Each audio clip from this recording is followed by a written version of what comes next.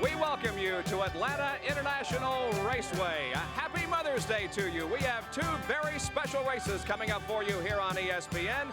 First of all, the Winston for the 9 winners last year, plus Jeff Bodine, and then the Atlanta Invitational. Good afternoon, everybody. I'm Bob Jenkins. Beautiful day for racing here. We should have a good one. This is a very special race for these NASCAR drivers. It's the Winston for the 9 winners last year, plus Jeff Bodine, the only non-winner, but he was the highest in the points. With me in the booth today, Larry Newber. And Larry, not only a prestigious race, but a lot of money involved. Bob, it really is. Just the money alone makes this a truly special day. Now, the winner's purse, just the winner alone, $200,000 for winning the Winston. Let's put that in perspective. The guy who wins the Indianapolis 500 makes about $1,100 per mile. The winner today, $1,400 plus per winning mile. Also in the booth with me will be Benny Parsons, and he'll be a participant in the Invitational coming up just a little bit later. Benny, this is a race in which the crews and the drivers really go all out. They have to go all out because it's a sprint race, 126 miles, that's all. They got to do a lot of practice out on Saturday and make sure that car is right. There's not going to be but one opportunity to change it, and you can't change it that much because you might make a mistake. Well, Jack Arute will be working the pit area for us today, but before we go to Jack, let's go to the public address announcer, Art Ekman, for the introduction of the starting field.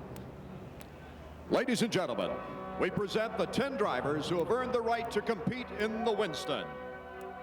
Starting 10th in the second running of the Winston is Jeff Bodine, winner of the 1986 Daytona 500.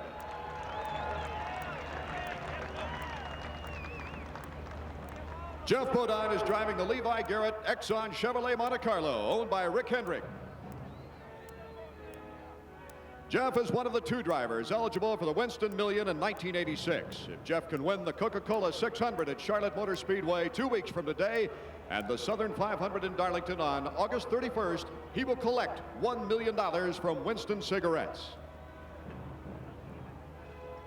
Last season, Jeff Bodine had no wins, but 14 top 10 finishes, earning $565,865. Jeff is accompanied by his wife, Kathy. Starting 9th is Greg Sachs. Greg earned a spot in the Winston by winning the Pepsi Firecracker 400 last July at Daytona Beach.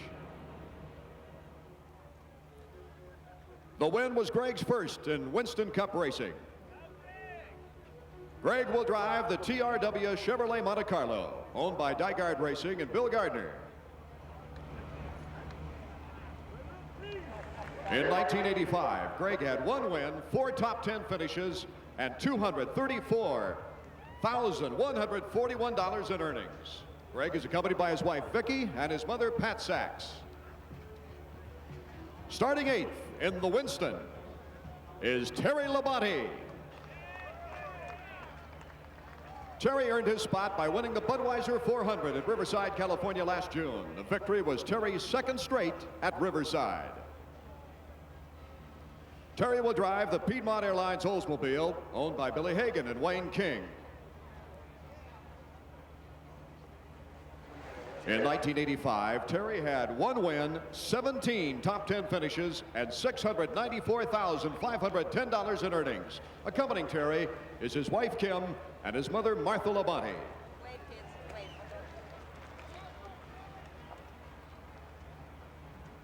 The 7th starting position goes to Ricky Rudd. Ricky earned a spot in the second running of the Winston by capturing the last race of the 1985 NASCAR Winston Cup season, the Winston Western 500 at Riverside, California.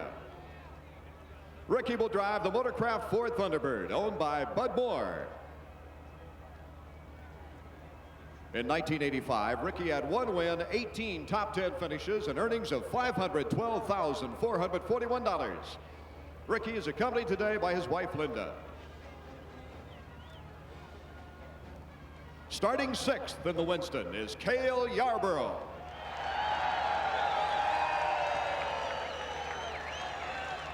Cale won the Talladega 500 at Alabama International Motor Speedway and the Miller High Life 500 at Charlotte Motor Speedway to earn his spot today.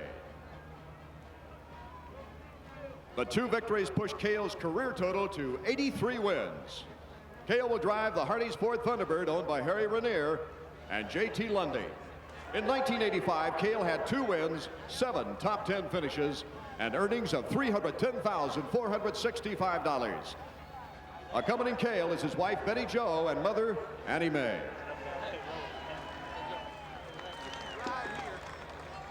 The 5th starting position goes to Neil Bonnet. Neil also earned his spot in the Winston by winning 2 races during the 1985 NASCAR Winston Cup season: the Carolina 500 at North Carolina Motor Speedway and the Northwestern Bank 400 at North Wilkesboro, North Carolina. Neil will drive the Budweiser Kentucky Fried Chicken Chevrolet Monte Carlo, owned by Junior Johnson. Junior is the only car owner with 2 cars in this elite field.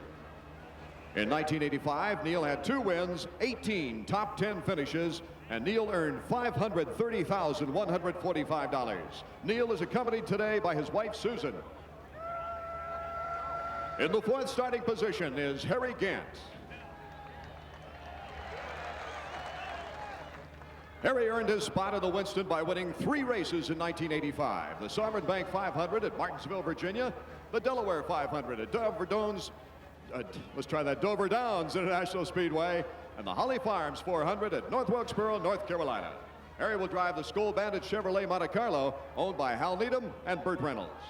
In 1985, Harry had 3 wins, 19 top 10 finishes, and earnings of $804,287. Accompanying Harry is his wife, Peggy.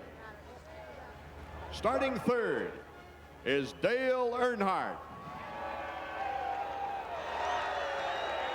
Dale won 4 races in the 1985 NASCAR Winston Cup season to earn this spot in the Winston today: the Miller High Life 400 at Richmond, Virginia, the Valley Day 500 at Bristol, Tennessee, the Busch 500 at Bristol, and the Goodies 500 at Martinsville, Virginia.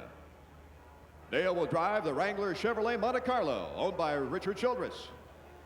In 1985, Dale had 4 wins, 16 top 10 finishes, and earnings of $546,596. Dale is accompanied by his wife, Teresa. On the outside pole and starting 2nd is Bill Elliott from Dawsonville.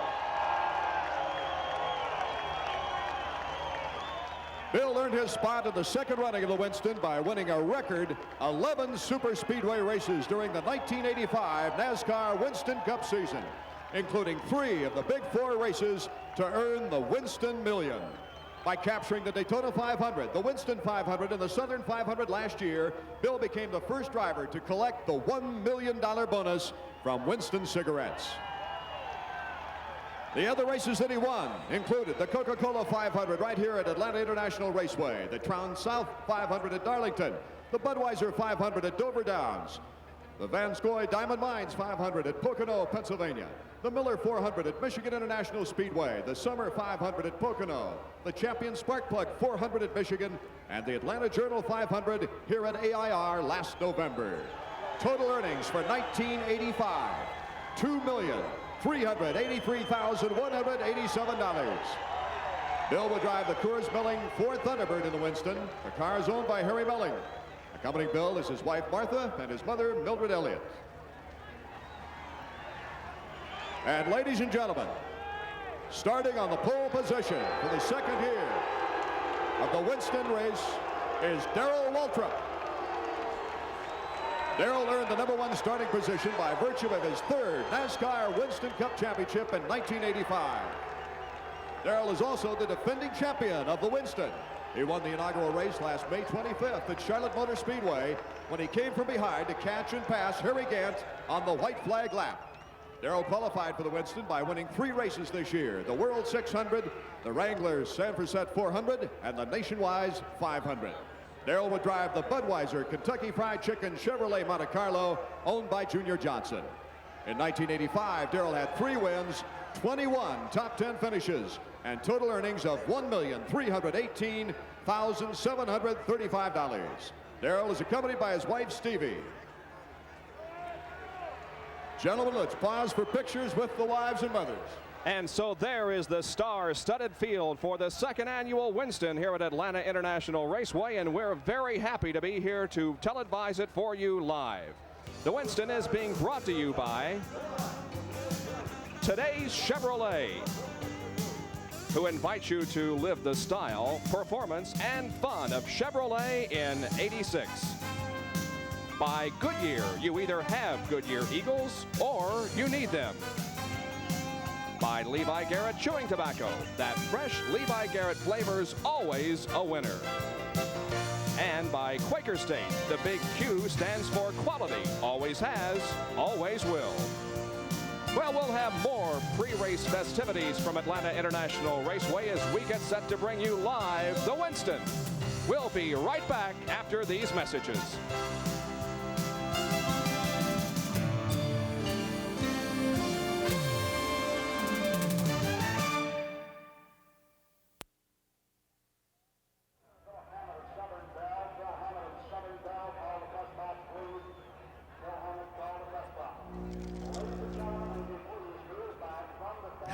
Jack, Hello. are you there? 1, 2, 3, 4. Good. They're still taking the picture, but I'm trying to get it as quick as we can get the picture done.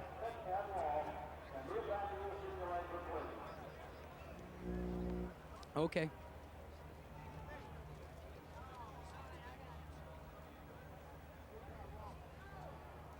Okay.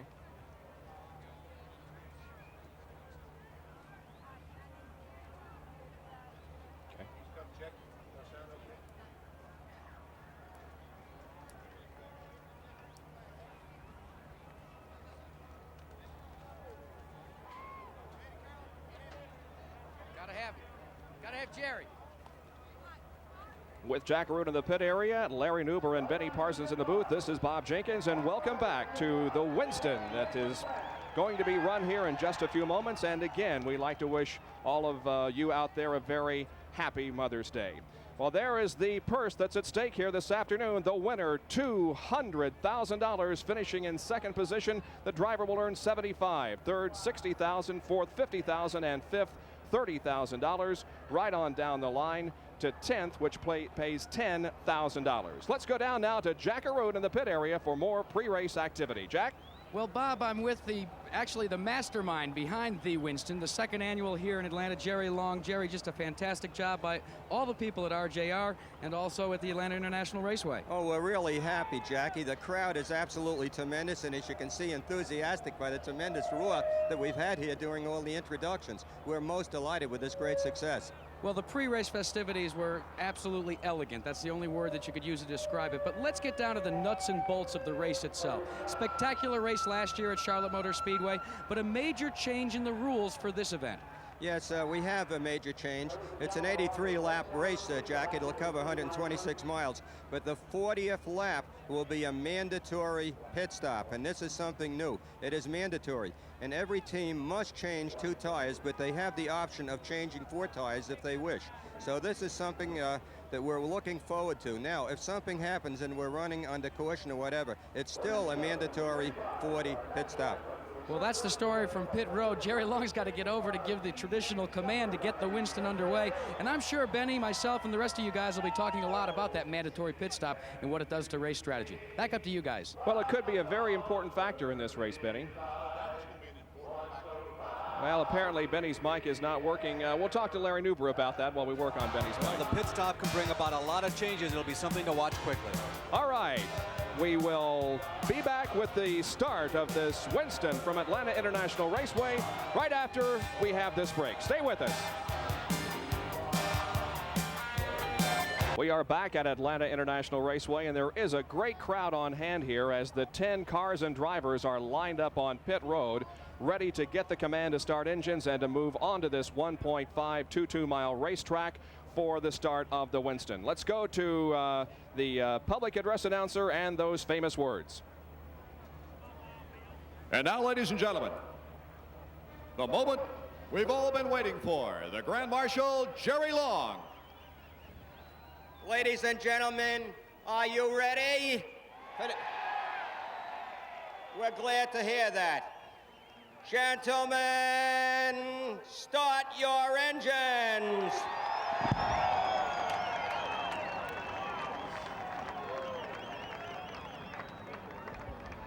And just like at a place that will release some balloons a couple of weeks from today, and the aerial bombs going off, we get set to go 83 laps now in the Winston at Atlanta. Great pageantry and great pre-race activity here before we start this race. And Benny, we finally got your mic to work. Yes, I think we have. And the pageant has been unbelievable. They've had entertainment. Just a moment ago, some old airplanes went across. It's been fantastic. And I think the race is going to be fantastic as well. On the pole will be Darrell Waltrip because he is the Winston Cup champion. Behind him, actually beside him on row number 1, behind him right now, Bill Elliott, the driver who won more races than anybody else last year in the Coors Melling Ford car number 9. Bob, you know, I think it's no secret, of course, why R.J. Reynolds and Winston is involved in racing, but they have done something just a little more than get involved. They have become a part of the fabric of the sport. And as Benny mentioned, this weekend, it truly has been something special. They have done more than just spend a lot of money. They've made it special. We spent the night last night on the estate. As a matter of fact, it was the inspiration for Gone with the Wind. In the second row, Dale Earnhardt and Harry Gant. The engines are started. We'll be moving onto the racetrack and begin this event in just a moment. Return with us to Atlanta after this.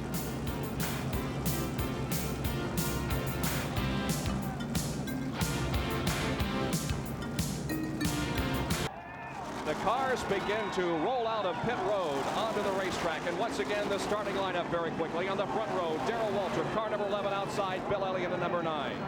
The second row, Dale Earnhardt, car number 3, and Harry Gantz, number 33, the Skull Bandit. The third row, number 12, Neil Bonnet, outside Cale Yarborough in number 28. The fourth row, Ricky Rudd in 15 and Terry Labonte in 44. And in the fifth row will be Greg Sachs in car number 10 and Jeff Bodine in car number 5. There is Greg Sachs' machine moving down pit road onto the racetrack. We'll try to establish some radio contact. Let's go first to Larry Newber.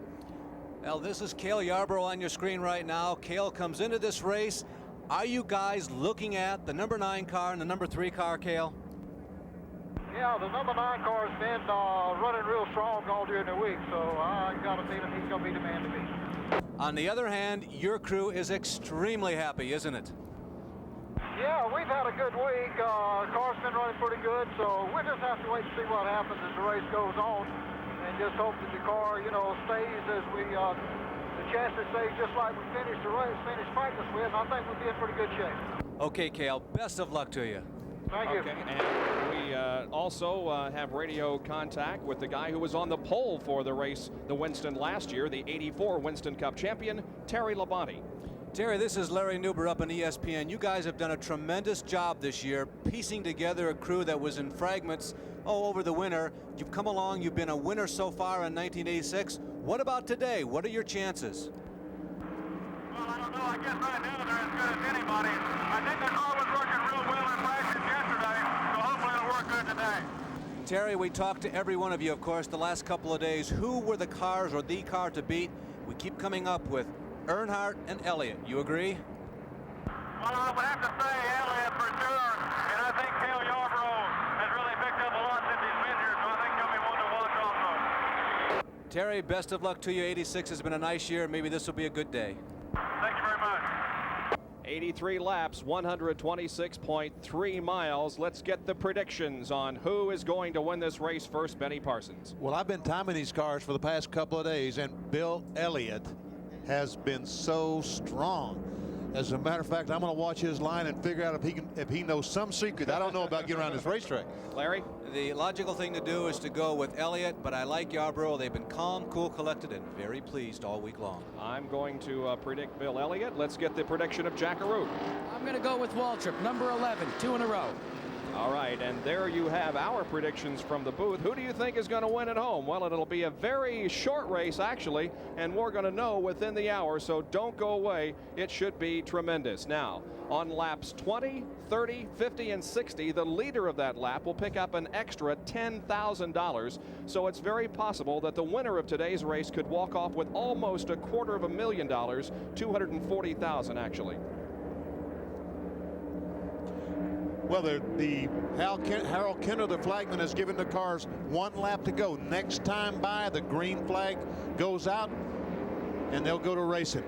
There's a young lady on the announce stand there, Cindy Stecker, I think her name is. She won a contest that the sponsor had for, and she gets to start the car. Yeah, Becky Stecker, her name is. She's from nearby Bremen, Georgia, and it turned out to be a very nice situation, Benny. She is the consummate auto racing fan. They visited her and her husband's home, and it was bedecked with Winston Cup regalia. So it was a very nice sweepstakes contest, and a very fitting person won. And Harold Kinder is making sure she knows how to wave it and that it won't get wound up on the stick. A 31-year-old bank teller, and these guys are going to bank more today in the next hour. I bet she does all week long. Well, Benny, we hope you will be in this race next year. You didn't have any victories last year in Winston Cup competition, but hopefully you'll be in this race next year and have a chance at this $500,000. I hope so. These races based on victories in 1985, and needless to say, 1985 was not a very good year for me. 86 so far hasn't been that good, but the car is much better, and that's the thing that's given us a lot of inspiration. And again, Benny will be in the Atlanta Invitational that will follow this race here at Atlanta this afternoon, and Darrell Waltrip will be joining us here in the broadcast booth, hopefully for a commentary during that event. Well, the field is in turn number 4 now, being led by the pace car, but the pace car ducks into pit road, and here comes the field. 10 cars off of corner number 4, looking for the green flag to start the second annual Winston, and the green flag is out. The race is underway. Great start by Darrell Waltrip. Already has a couple of car advantage on Bill Elliott and Earnhardt alongside Bill, and carrying Bill Elliott way up the hill in turn 2. Bill Elliott on the high side of the racetrack in corner number 2. Now they race down the backstretch with Waltrip in the lead. Earnhardt and Elliott running side by side. Now Darrell ducks slow on the racetrack. That is the place to run here at Atlanta, but look at Bill Elliott on the high side. Blast around Darrell Waltrip, and it appears as if Bill Elliott is going to lead lap number 1. They come off of corner number 4. Elliott leads lap number 1. Earnhardt is second, then Waltrip, then Gant, then Bonnet, and Yarborough. Elliott looked like he was jet propelled going in turn 3, Bob. Just a tremendous jump on Waltrip going into the lead in corner number 2. Here they come off the backstretch. 10 cars strong. Harry Gant has moved into 3rd position now. Waltrip drops back to 4th, and Cale Yarborough racing alongside Darrell Waltrip for that 4th spot in turn number 4. Elliott continues to lead. Certainly not a long race in any stretch of the imagination. There's Darrell Waltrip, who has slipped back to 4th. Cale Yarborough is moving on the high side, has the advantage. There's Darrell's teammate Neil Bonnet, who lost a bunch of engines this week, moving underneath in number 12. And number 5, Jeff Bodine, is right behind Neil Bonnet as they go down the backstretch once again. But now Waltrip does pass his teammate Neil Bonnet and settles into that 5th position. Boy, the amazing thing, Benny, about this is that Elliott and Earnhardt immediately expressed their superiority. They didn't hold back at all. They went right for the lead, and they have a margin over everybody else already. Bill Elliott on that first lap, I could not believe how hard he went in turn 3. Darrell Waltrip looks like he's got some problems. Jackie Roos on top of the story. Jack? Well, I've checked with Junior Johnson, who's the owner of Darrell Waltrip's car. He says the car has developed right from the outset a severe push. And Benny, you know you don't want to go around Atlanta with a push. Exactly right, Jack. These corners are so long if the car will not turn, and that's what we mean by pushing. That means the car just will not turn. If that happens, you got big problems. And you can see that Waltrip got very high in corner number 4, pointing out the push on the car. You can see how much he has fallen back. He was the pole sitter in this race. However, he has dropped back that much and is currently in 5th position, but being challenged by his teammate Neil Bonnet. They come off of the 2nd corner and go down the backstretch. Bonnet is to the inside of Darrell Waltrip. Here they come. Waltrip cannot hold on to the spot, and Neil Bonnet, at least for the time being, no, not quite. They're side by side into the 4th corner. Now Bonnet pulls ahead, and along comes Jeff Bodine. High side of the racetrack this early in the race is not the place to be. Darrell has big problems, a sprint race. He is a master at adjusting the car, but he doesn't have long to do it today. They will have one pit stop. There's at least one that's mandatory. You can see Darrell Waltrip way out of the racing lane as they go around the half-mile long turns 1 and 2. Benny, the turns here about a half a mile in length. The straightaways just a mere 1/4. So those turns and the stagger and the tires are oh so important. Boy, they mean so much at this racetrack because it's all corner almost. 2/3 of the racetrack is corner. If you have a problem, it's magnified here worse than any other track we run on. This is the battle for 5th position. It involves Neil Bonnet at number 12 and Jeff Bodine in car number 5. In 7th position is Darrell Waltrip. Running in 8th spot is Terry Labonte. 9th is Ricky Rudd, and in 10th is Greg Sachs. The lead is held by Bill Elliott. 2nd is Earnhardt. 3rd is Gannon. 4th is Yarborough. Benny, you know, everybody was saying that Elliott and Earnhardt would be the cars to beat, but I don't really think that everyone expected this much dominance this early. Yarborough right now is not even in a challenging position. Everybody expected him to be so. They were really expecting Harry Gant. But Elliott and Earnhardt are outclassing everybody easily. Boy, they are going on. Cale Yarborough right now looking alongside Harry Gant as they come off turn 2. We're watching Neil Bonnet, Jeff Bodine, and Darrell Waltrip. Now there goes Yarborough to the inside of Harry Gant, and Yarborough does pick up that 3rd spot. Cale Yarborough, who was one of the double winners of 1985. Remember, of course, Bill Elliott with those 11 record-setting super speedway wins led all of these people in this race with the most number of wins. Both he and Darrell Waltrip, it bears worth repeating, and put this into perspective in your mind. Each of them won over $1 million. Bill over $2 million last year. That's like $100,000 times 20. Bill Elliott took the lead in corner number 2 just after the green flag drop and continues to hold it. We've completed 9 laps at the Winston at Atlanta International Raceway. We'll be right back. The lead of the Winston here in Atlanta held by Bill Elliott. His pace 164.046 miles an hour, but right behind him, in fact closing in, is Dale Earnhardt. The margin was about 3 seconds just a few laps ago. It is down now to just a matter of car lengths, actually, as they go down the backstretch. Bill Elliott leading Dale Earnhardt. Still in 3rd position is Cale Yarborough. 4th is Harry Gant, and 5th is Neil Bonnet. Bill Elliott's car does not seem like it could stay on the bottom of the racetrack as well as Dale Earnhardt's. And that's exactly where I think the difference is. There we see Neil Bonnet and the 5 car, Jeff Bodine. That's a race for about 5th or 6th. Neil Bonnet from Hueytown, Alabama, driving car number 12. Earlier in the weekend, we had a chance to talk with Neil, and we asked him about the strategy. How will you run this race? This thing here, the pace I'm going to run is wide open.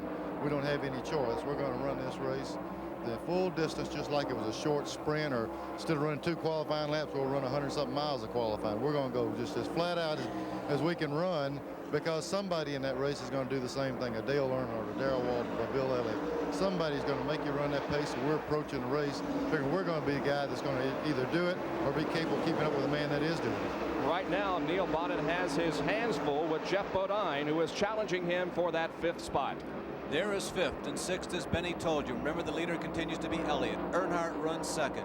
Yarborough is 3rd, and Harry Gant is 4th. Now, behind this duo in 7th position is Darrell Waltrip. 8th is Terry Labonte. 9th is Ricky Rudd, and 10th is car number 10, Greg Sachs. And everybody is separated by at least 10 car lengths, except the 2 of them. Bonnet and Bodine racing down the front straightaway. Now Jeff Bodine looking to the inside of Neil, but not able to take the spot away. Now Bodine looking inside once again in corner number 2. They get very close out there. They may have touched. Anyway, it's Jeff Bodine moving inside right alongside now of Neil Bonnet. They'll go into turn number 3. The bottom side of the racetrack is usually the fastest. Let's see if it is. Well, Bodine's car not apparently working too well down there as Neil Bonnet holds on to that position. What happens is when those cars go in side by side, Bob, the car on the inside is at a disadvantage because he can't go in as hard as he wants to. If he does, he will run into that car on the outside, and it gives that fellow a real advantage going in those corners. There is banking here, but it's not the super high banking that we see at places like Talladega and Daytona. That's why that phenomenon exists. If you were at one of those big tracks, perhaps that Jeff would have had a better stick going in on the inside and might have been able to make the pass. Jeff Bodine eligible for the Winston next year also because of his performance and his win in the Daytona 500 earlier this year. He did not win a race in 1985, but is in the Winston today because he was the highest finishing in points that did not win a race. And there is also a pretty good battle going on for, that would be a 3rd position. Cale Yarborough leading Harry Gant, but only by a few car lengths. Cale passed Harry just a couple of laps ago and pulled out to about a 15-20 car length advantage. Now Harry has narrowed the gap. He's bringing the Skull Bandit back up on Yarborough's rear bumper. In the past few weeks, we have been very concerned about the health of Ernie Elliott. Let's get an update on that from Jack Arute. Well, you know it's the Winston, so Bill Elliott brought out the secret weapon. That's right, Ernie Elliott's on top of his truck, headset in hand, communicating with his brother Bill. And from the looks of the way that car is going around Atlanta International Raceway, it's obvious to me that the hands of Ernie Elliott have been under the hood of that machine. And we're very happy to see Ernie back with us on the Winston Cup Trail, and hope that his bad health problems are over. There is his brother Bill coming down the straightaway and completing lap number 19, continuing to lead the Winston. Benny, a couple things. We were told that apparently much of this motor was built by Dan. 19th lap, by the way. The next lap coming up is going to be worth the first bonus of this race, $10,000, right, Bob? That is correct. He has a half a lap to go, and it looks like that Bill Elliott is going to pick up the first bonus of this race for leading lap number 20, a cool $10,000. Let's see if he does. He brings the car off of the fourth corner and sets it onto the main straightaway, and yes, it is Bill Elliott leading lap number 20, and so $10,000 his already. Benny, this was also the site of Bill Elliott's last Winston Cup race. He won all those races, the first half primarily of 1985. Not a dry spell, but it was a lean second half, but this was the last place he won. Yes, last November he won the Atlanta Journal race, and it really helped the Elliots last year because they were on a bad run of luck. They fell out of 5 or 6 races. That they had lost the Winston Cup lead, which Darrell Waltrip went on to win, but they came here, won the race, and I'm sure that they entered this race with all the confidence in the world. This racetrack has also been quite kind traditionally to the Ford Motor product. As a matter of fact, of the 54 Winston Cup races that have been conducted here, Ford products have won 23 times. So Bill and that guy in the orange and white car, Cale Yarborough, appear to be at least in the right chassis for this race. Well, the Cale right now is dropping back from the 9 car. Bill Elliott putting distance on Yarborough, and Harry Gant now he's closed the gap even more. He's only 2 or 3 car lengths. You can see right there, 2 or 3 car lengths behind Yarborough. And doing a nice job of closing in on the rear bumper of Cale Yarborough. Here they are in corner number 1, but Yarborough for the moment still has 3rd place. This is something we don't normally see during a Winston Cup event. 4 tires, 6 total here in Cale Yarborough's pit. Why is that? Well, they're only going to be able to pit 1 time under normal conditions. That's on lap 40. And you guys upstairs can talk to Benny Parsons about the fact that you're going to have to decide just exactly what you're going to do to solve your handling problems. Benny, you've been saying Cale Yarborough can't stick down low. They're going to have to pick the right stagger and at 1 stop if they have any chance of winning this Winston race. Jack, that's exactly right, because they only got 1 shot of a sprint race, 125 miles. They think they're only going to get 1 shot to change the car. If the car is pushing too bad, in other words, when they go in the turn, if it will not turn, it wants to go to the outside retaining wall, some of the teams may change the left side. If the car's a little bit loose when they go in the turn, if the back end's trying to come around, some of the teams may change the right side, and some of them may change 4. It's going to be interesting to see what happens to these guys on lap 40. Benny, one other phenomenon, you know, in normal situations, you get a set of tires, you go out and you test it the day before the race, and you get a feel for what you have. But Dick Beatty says these tires have to be sticker tires that you change during this race. Well, that's exactly right. Dick Beatty says he's going to make sure there is no tires that have been soaked or brought from home. These tires here came off the Goodyear truck down in the infield under NASCAR supervision, and that's the only tires you can use. We go back to this race for 5th position, and it is still much the same as it was a few laps ago. Neil Bonnet with just about a 2-car length advantage on Jeff Bodine. These cars are the closest to each other of all on the racetrack. Now they're averaging about 163 miles an hour here today. They did not qualify for this race. However, they did qualify for the Invitational, and Tim Richmond set a brand new track record at 171 miles an hour, so they're about 8 miles an hour under a qualifying speed. Yeah, Richmond is kind of an interesting story because he populates part of that Invitational field, which is evenly divided between the old line guard, there's Greg Sachs, and the new young Lions. And interestingly enough, most of this field of the Winston is made up of the new generation of Winston Cup drivers, like that guy who won last year at Daytona on the 4th of July, a modified driver from, of all places, New England. Mattatuck, New York driver Greg Sachs in the TRW Buick Dygaard Racing Machine. There you can see only one win in 59 starts, but 7 top 10 finishes. That win last year at the Firecracker 400. There is Terry Labonte and Ricky Rudd as we continue to work our way up the field. 8th and 9th position here. Ricky Rudd, who has had a tremendous season on the short tracks, Benny. They really have their act together on tracks that are less than 1 mile. Struggling a little bit, but struggling is too harsh of a word. They've been a pretty competitive team now for 2 years. Oh, they have been competitive, but you're right. On the big tracks, they're not the consistent team up front leading the race. But on the short tracks, boy, they're terrible. They are really good. And Terry Labonte from Corpus Christi, Texas, now living in North Carolina, running in 8th position in that Piedmont Airline Oldsmobile number 44.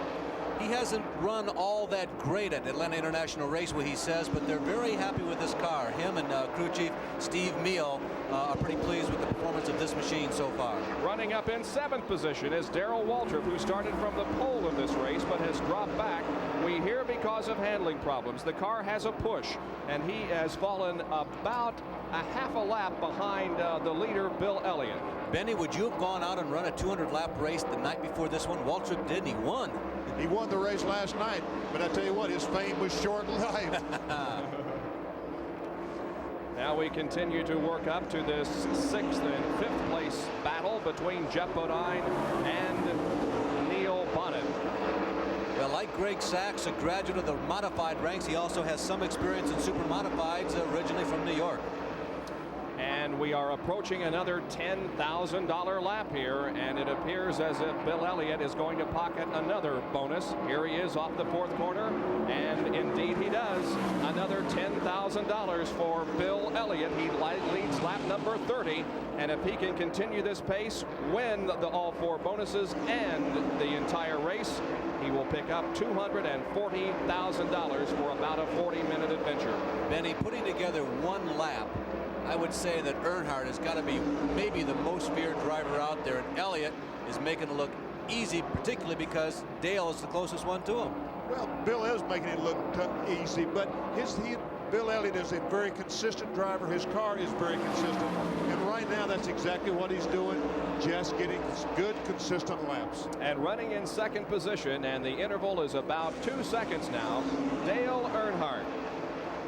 You know, all the cars have made dramatic and sweeping changes, particularly aerodynamic. And one thing I was noticing in the pits yesterday was that this Richard Childress, Kirk Shermerdine wrench car is one of the most simple and maybe one of the closest to factory production of everyone that was down there yesterday. Awesome Bill from Dawsonville, Georgia, winner of the $1 million last year, stands a good chance of picking up almost $250,000 here this afternoon. He has led both bonus laps to this point, and he is the leader of this race. We're televising for you live the Winston from Atlanta International Raceway.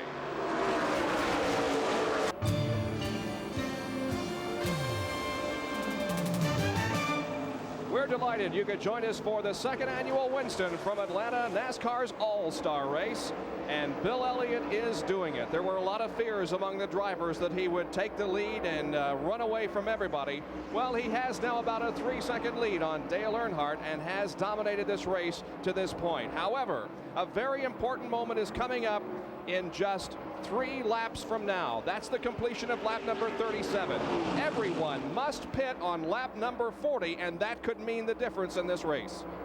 Shelmerdine and Childress, we were talking about that crew just a few moments ago. They have been outstanding on those pauses, particularly under green flag conditions this year. Dale has won at least 1 race because they got him out earlier than everybody else. They're the world's champion. Union Oil, Union 76, has a competition in Rockingham, North Carolina each year in the March. And the crews change 4 tires and put in 15 gallons of fuel. The Dale Earnhardt crew has won it 2 years in a row. As a matter of fact, they keep setting new world records every March. So when Earnhardt stops, you got to feel like that he's going to have an advantage on the Elliott crew. And it's coming up very rapidly. Boy, Elliott's getting around here quick. There is Dale Earnhardt at the end of the backstretch. Now into turn number 3. Here comes Bill Elliott off of corner number 4. This will be the 39th lap. 1 more till the pit stop. Harold Kinder has a special flag that he's given each one of the competitors. There it is. He's telling you must pit the next lap. You can see it's a white flag with the Winston logo in the middle of it, and that is an indication to everybody that they must stop this time around. Let's see what happens now. Bill Elliott racing down the backstretch, at the end of the backstretch now into turn number 3, and everybody will be getting off the accelerator onto the brakes and coming in for their stop. Elliott low on the racetrack, dropping down to the apron of the racetrack. Now he moves on to pit road. Here comes Bill Elliott, the leader of the Winston, for his pit stop. Bill is a little further down the pit lane than is Earnhardt. Bill comes to a stop first. Bill Elliott changing left sides. What a strategy. Let's go down to Jackaroo. Now remember, Bill Elliott is the chief chassis man, so he's informed his brother Dan, who's working on the front tire, to go to left sides instead of right sides. They're going to drop the hood, and they're away in 13.1 off the jack. Further on up, more service taking place. There's Waltrip. Earnhardt is out. He gets out in front of Elliott. Elliott goes to the inside, racing on pit road, and continues to lead, gentlemen. Boy, he just out-dragged Race Dale out of the pit area and grabbed the lead again. I'll tell you, if there was ever a George Foreman type move in a Winston Cup stock car race, Labonte looks like he's sitting a little more sideways than he should be. That was it coming out of the pits. Elliott said, no way. I see you there. You're in the way, but I got the momentum. I'm going by, and Bill Elliott took over. Whoa. What a move. And I tell you what, there's a fella down on the end of pit road that tells these drivers whether to go or to stop. And he was in jeopardy because those two cars were coming straight at him. He was getting out of the way. That was a tremendously exciting move of strength. Here we have Elliott about to lap, in fact, putting a lap on Greg Saxon. Let's see if the positions change during the pit stops. Elliott still in the lead. Second is Dale Earnhardt. Third position is Harry Gant. Fourth is Neil Bonnet. In fifth position now is Cale Yarborough. Sixth is Darrell Waltrip. Seventh is Jeff Bodine. In eighth position is Ricky Rudd. Ninth is Terry Labonte, and 10th is Greg Sachs. So the position change really involves Cale Yarborough and the fact that he lost third place. It looks like that Harry Gant had as good a stop as anybody, but look what happened here. And there's the fellow. They just went right by the fellow with the paddle. And look at those fans. They are giving their appreciation of the move by Bill Elliott. And some appreciation from the fans, too, as you saw them waving Bill on as he stood on the accelerator and blasted out of pit road. So Bill Elliott still has the lead. As he comes around, we'll get an interval now between him and Dale Earnhardt. It's going to be about the same as it was, I believe. It's about 2 1/3 seconds. So just about the same interval that he had before the pit stop. You know, Benny, 2 years ago, people were saying, well, Bill's too slow talking. He's too much of a gentleman. I don't know if he'll ever make it as really one of the top 3 or 4 Winston Cup drivers. If there was ever any question about his ability or his desire to be aggressive in a race car, I think they just answered it. Well, I think he did. And, you know, this year has not been a good year for Bill Elliott. Coming off last year, he won 11 races, over $2 million. We mentioned a moment ago, $2.3 million. This year, he's had no luck, no success. He wants this race. You can tell he wants this race today. Well, Jack, you were down there in the pit area as everybody came in for a stop. What were your impressions? My impressions, gentlemen, were of surprise on the move by Bill Elliott. We saw him take on the left side tires. Everybody else took right sides and went on. So that must say that, 1, the chassis is working, and 2, that he feels that the right sides will last the 83 laps. I looked down the pit road at Dale Earnhardt, Jackie, and he took on left sides as well. So both leaders took on left sides. And we're watching a great battle on the racetrack for 4th position. Neil Bonnet at number 12 and Cale Yarborough at number 28 going at it tooth and nail out there for 4th rather.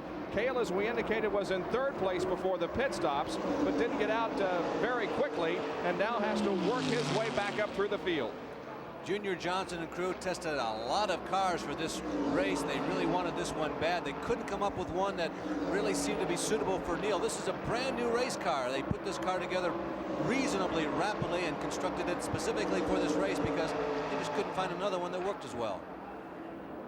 4th and 5th, and not too far behind Yarborough. 6th and 7th position, Jeff Bodine and Darrell Waltrip. So this is definitely the best race on the track at the moment. You're also watching a great deal of money in terms of race winnings last year as well as career. Last year, these 10 drivers who were in this Winston won a combined $7,900,000. Their career winnings total almost $32 million. Cale Yarborough trying a different line on Earnhardt, on Neil Bonnet. He's going to the outside of him, trying to get the high groove working. We see him there. He's getting momentum coming off the corner. He can't pass him on the inside. He says, what the heck, I'll try it on the outside. He gets a run at him. Nope, has to fall in behind him. Now in the pit stops, here were the major changes. Cale Yarborough fell from 3rd to 5th, but as you can see, he's trying to move around 4th place. Neil Bonnet here. Car number 12, driven by Neil Bonnet, moved from 5th to 4th, and Harry Gant went from 4th to 3rd. One of our spotters also informs us, Bob and Benny and Jack, that one of the reasons why Cale had such a poor pit stop compared to some of the other people is he almost lost it. He got very sideways going into the pits. And in just another lap and a half, another $10,000 bonus lap for Bill Elliott. He's right now in turn number 3 as we continue to watch this 4th and 5th place scramble. Here is Bill Elliott now coming out of turn number 4. This will complete lap number 49. And the next time around, another $10,000 for Bill Elliott. Bill Elliott's mopping up for the money today, isn't he? Well, I'll tell you, it's been quite a day for him, as it was at Talladega last week for about 9/10 of that race. But of course, this is significantly shorter, and he must be driving with a great deal of confidence right now.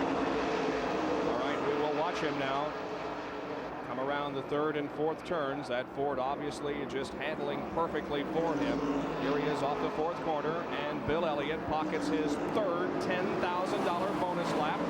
He has at least that much money in his back pocket and is looking to walk off with $200,000 as the winner of this race. Well, Richard Childress, of course, the owner of the Dale Earnhardt machine. Let's go to Jack Arute for some information from him. When you have only one shot on pit road to make a decision, you have to make it count. Now, Richard Childress changed left side tires, and just a couple of moments ago, Richard, you weren't aware of the fact that Bill Elliott did likewise.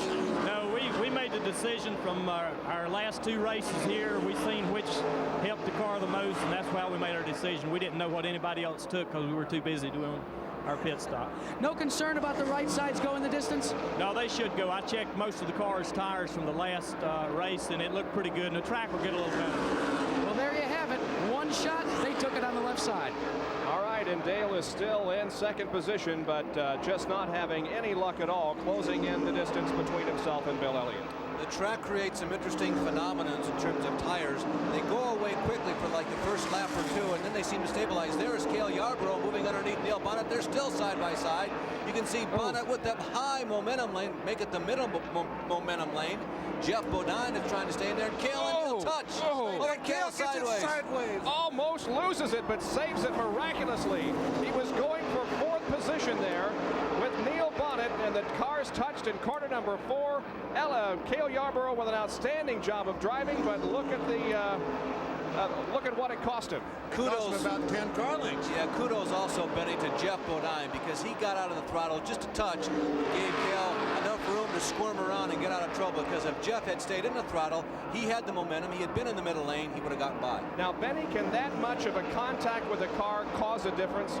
No, it wasn't the contact. It was just Cale was trying to get under the car, the Neil Bonnet car, and as you come off the corner, if you can't let the car drift out against the outside retaining wall, you have to what we call crimp the car, cramp it down, use the steering wheel. It's going to make the back end swing out and get loose, and that's exactly what happened to Cale. So now Cale has his hands full in a battle for 5th position. Jeff Bodine wants that spot very much. They go side by side into the 3rd turn, and again Yarborough with just the slight advantage. Well, he's on the outside. He's doing the same thing to Bodine that Neil Bonnet did to him. Bodine going in the corner, almost lost it. He got the car sideways. We see the back end of the car wiggle a little bit as he comes off turn 4. Each position is a significant money interval. 75,000 per second, 60 for 3rd. Those seem to be foregone conclusions. $50,000 for 4th, and these guys are fighting over the difference between $30,000 and $25,000 just for 56th position. Here goes Jeff again inside in corner number 3, moving alongside Yarborough, but that's not the place to be. No, what happens when you get down on the bottom of the racetrack? The car wants to go around. You have to let it go out a little bit just to save it. Bodine can't do that. You see Yarborough go by him on the outside. Well, we have another bonus lap coming up in 5 laps, so the possibility of another $10,000 for Bill Elliott as he continues to lead this race. We'll be back with more live coverage from Atlanta of the Winston.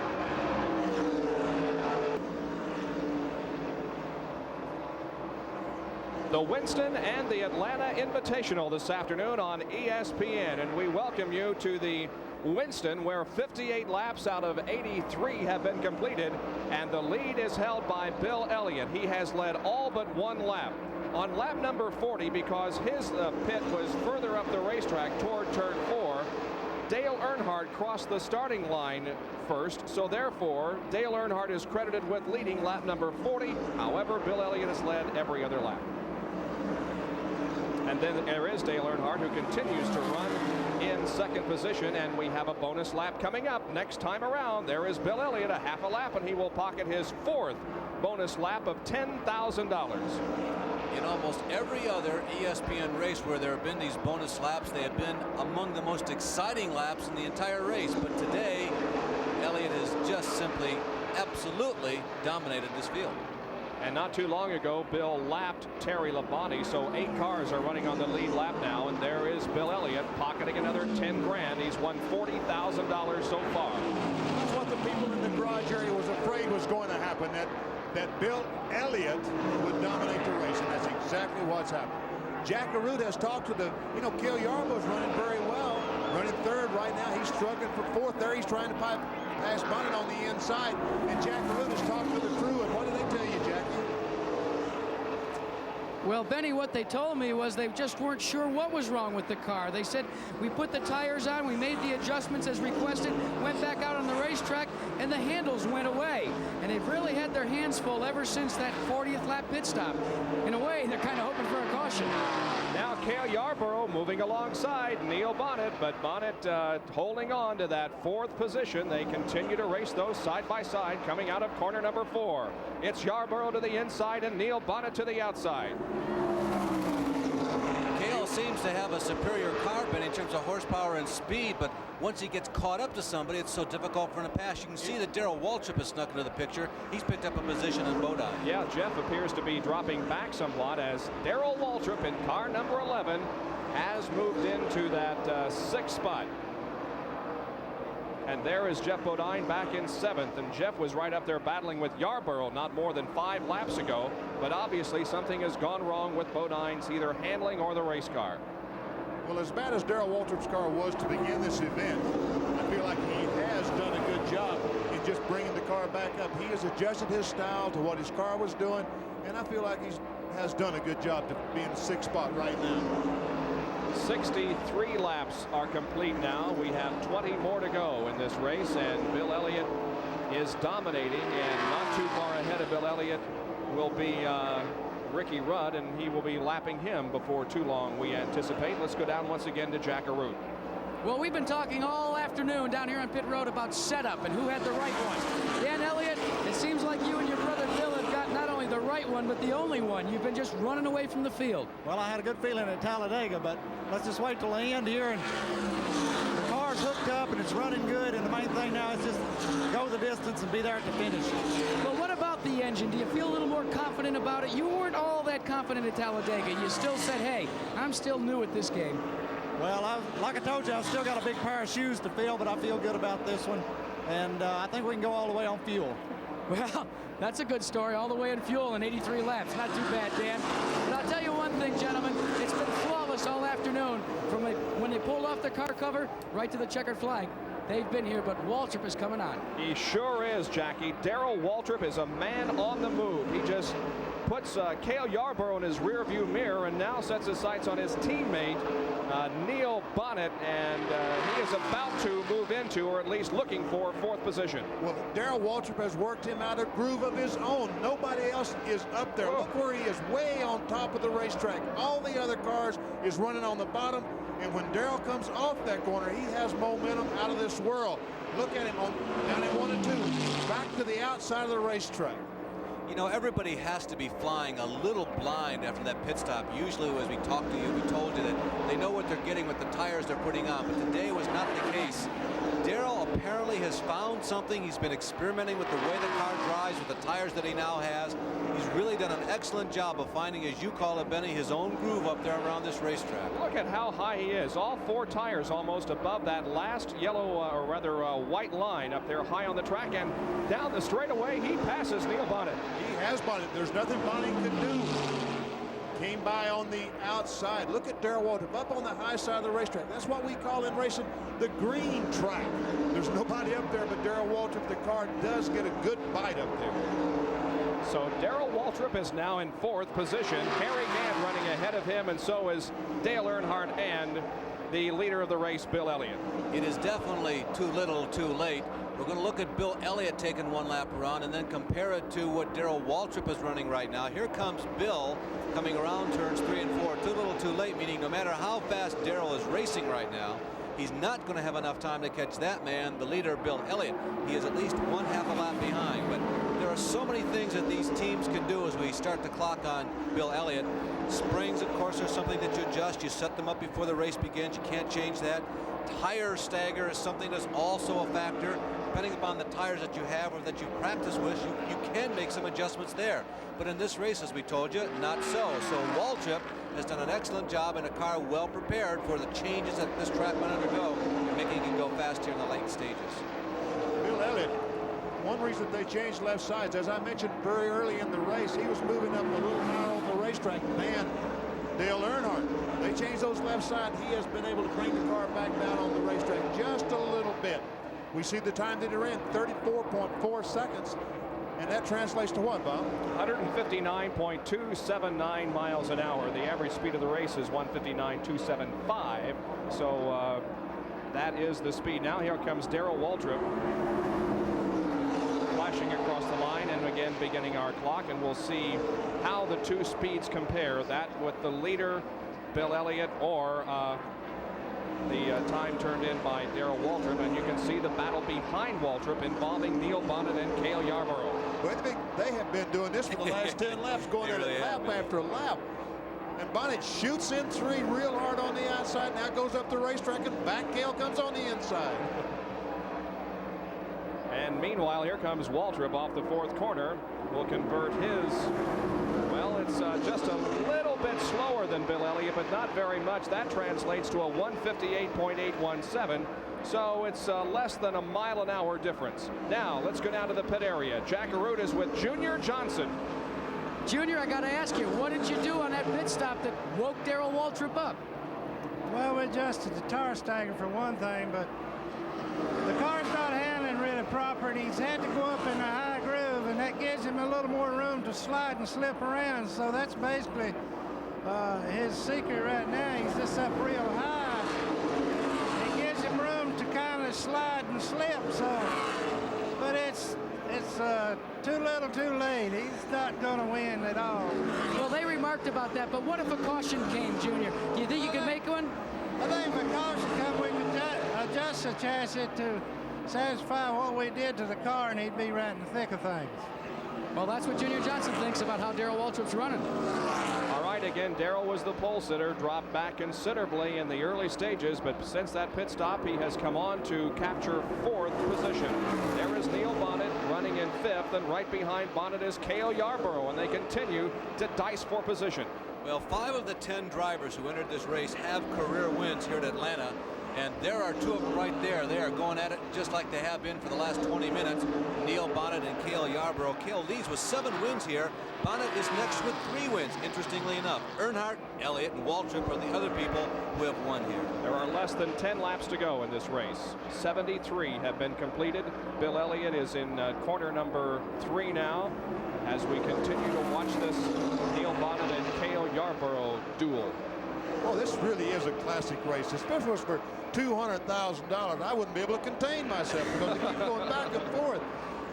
I think Neil's rear end got a little bit sideways there in the 2nd corner, and Cale was there to take advantage of it, but Cale still unable to actually grab the spot as Bonnet still has that higher and faster groove out there. And here Cale comes back on the inside just one more time. You know, even though that Cale Yarborough runs an abbreviated schedule, just going after the super speedway events on the Winston Cup Trail, he's still a big favorite. He got one of the biggest ovations when he was introduced as a member of the starting lineup for the Winston of anybody here today. The classic hard charger, Cale Yarborough. Oh, they're going to got very, very close as they exited turn 2. Benny, what's going on at this time when two of you are fighting like this? You both know each other very well. You respect each other. You know that each of the other one is an extremely professional race driver. Do you ever look over and smile at the guy? No, I don't think they don't have time to look over and smile. When it's over, they probably will look over and smile at each other. But and they're racing for 5th spot. You know, they're racing for $10,000, which is a lot of money. But if this was for $200,000, believe me, it would be a lot different race. As we watch these two go at it, we can tell you that this battle here is about 3/4 of a lap behind the leader, Bill Elliott, and there are only 7 laps to go. Awesome, Bill. You go ahead, Ben. Bill Elliott can almost see the checkered flag, but as Bob said, there is 7 laps to go, and anything can happen in this sport. Last week in Talladega with 12 laps to go or whatever, Bill Elliott looked like he clearly had the race. Blew an engine. Percentage-wise, we were about this far into the race last week when it all fell apart for Bill. But running here at Atlanta, I gotta tell you, Ben, I just got the feeling I don't think anything can go wrong. And this guy essentially is a local track driver from Dawsonville, nearby Georgia, and he's got to be feeling pretty well right now. All right, here's the way they're running now in the Winston. With when he comes around, this will complete lap 78, so we'll have 5 to go. Bill Elliott the leader, Dale Earnhardt is second, Harry Gant third, Darrell Waltrip fourth, then Neil Bonnet and Cale Yarborough. Running in 7th position is Jeff Bodine, 8th is Ricky Rudd, 9th is Terry Labonte, and in 10th is Greg Sachs. And guess what? Cale Yarborough just passed the 12th car. Finally, at last, and he had to go to the outside to do it. There he is on the outside. Now the roles are reversed. Bonnet's on the inside, Yarborough on the outside. Look at Cale's car sliding up there on the bank. Let's see how they shake out as they come out of the corner. And it's a side-by-side race. Yarborough just slightly ahead. It's been a while since I've seen two such evenly matched race cars. Neither one can get an edge that work, and they both have tried every lane on the racetrack, and they still stay together. Neil Bonnet drifted up that time. He wanted to see if he could get a shot on the outside of Yarborough because he was going to try the same thing. Now he's going to try to get on the bottom. Here he goes in turn number 3. Neil Bonnet does take back that 5th position, but here comes can he hold it? These fellows are really going after him. That'd be a tough call, depending upon which car you were sitting in, Benny, as to which lane to go after, because both of them have had failures and successes in all 3 lanes of the racetrack. They sure have. Side by side. Bill Elliott, meanwhile, he just cruises along by himself. But this is a classic race. This is what stock car racing is all about right here. And there are several people we would like to thank, among them Roger Bear from R.J. Reynolds, who is with us at just about every NASCAR race that we do, and we always appreciate and enjoy being around Roger. And Bobby Matson here at Atlanta International Raceway. The hospitality extended by the racetrack just tremendous here this weekend. It has been a great weekend here in Atlanta. This is the 100th anniversary of Coca-Cola, who, by the way, is significant in terms of the team of Cale Yarborough. Big celebration in town. The Braves were in town. It's Mother's Day, and of course up in Indianapolis they had pole qualifying this weekend. So a nice weekend. The weather is held off, and a good racing weekend to top everything off. And the white flag is going to be coming out for Bill Elliott as we continue to watch this tremendous battle involving Cale Yarborough and Neil Bonnet. Yarborough up in the gray that time, but still able to hold on to that 5th position. This is just great racing. Here comes Bill Elliott, and the white flag flies. 1 more lap to go, and Elliott will pocket $240,000 in winning the Winston. Tell you what, these Georgia fans are loving it too. Bill from just about 50 miles up the road. It's a 3.7-second lead, so Bill could almost coast home to victory from here. It will be his first victory of 1986. Here he is in the middle of turn number 3 now. On to turn number 4, the banking here in Atlanta. Elliott comes off of the 4th corner, sees the checkered flag waving from Harold Kinder, and there it is. Bill Elliott has won the Winston. Finishing in 2nd position is Dale Earnhardt. Crossing the line in 3rd position, and we'll be watching for him to come off of corner number 4 will be Harry Gant. There's 2nd place, Dale Earnhardt. Harry Gant finishes third. And look at this battle. Waltrip is going to finish fourth. Let's see who finishes fifth as Bonnet almost loses it low on the racetrack, and Yarborough gets it. Whoa! Will Bonnet almost lost it. Did he go for that? He went for it as hard as he could go. So congratulations to Bill Elliott, who has put it all together here this weekend, leading all bonus laps, totaling $40,000 plus the win, which pays $200,000. The victory was about a 3.5-second margin over Dale Earnhardt.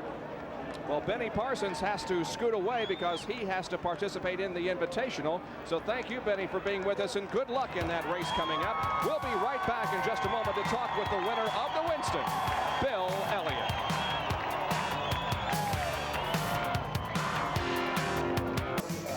Our Winner's Circle interview is being brought to you by Goodyear Eagles. You either have Goodyear Eagles or you need them.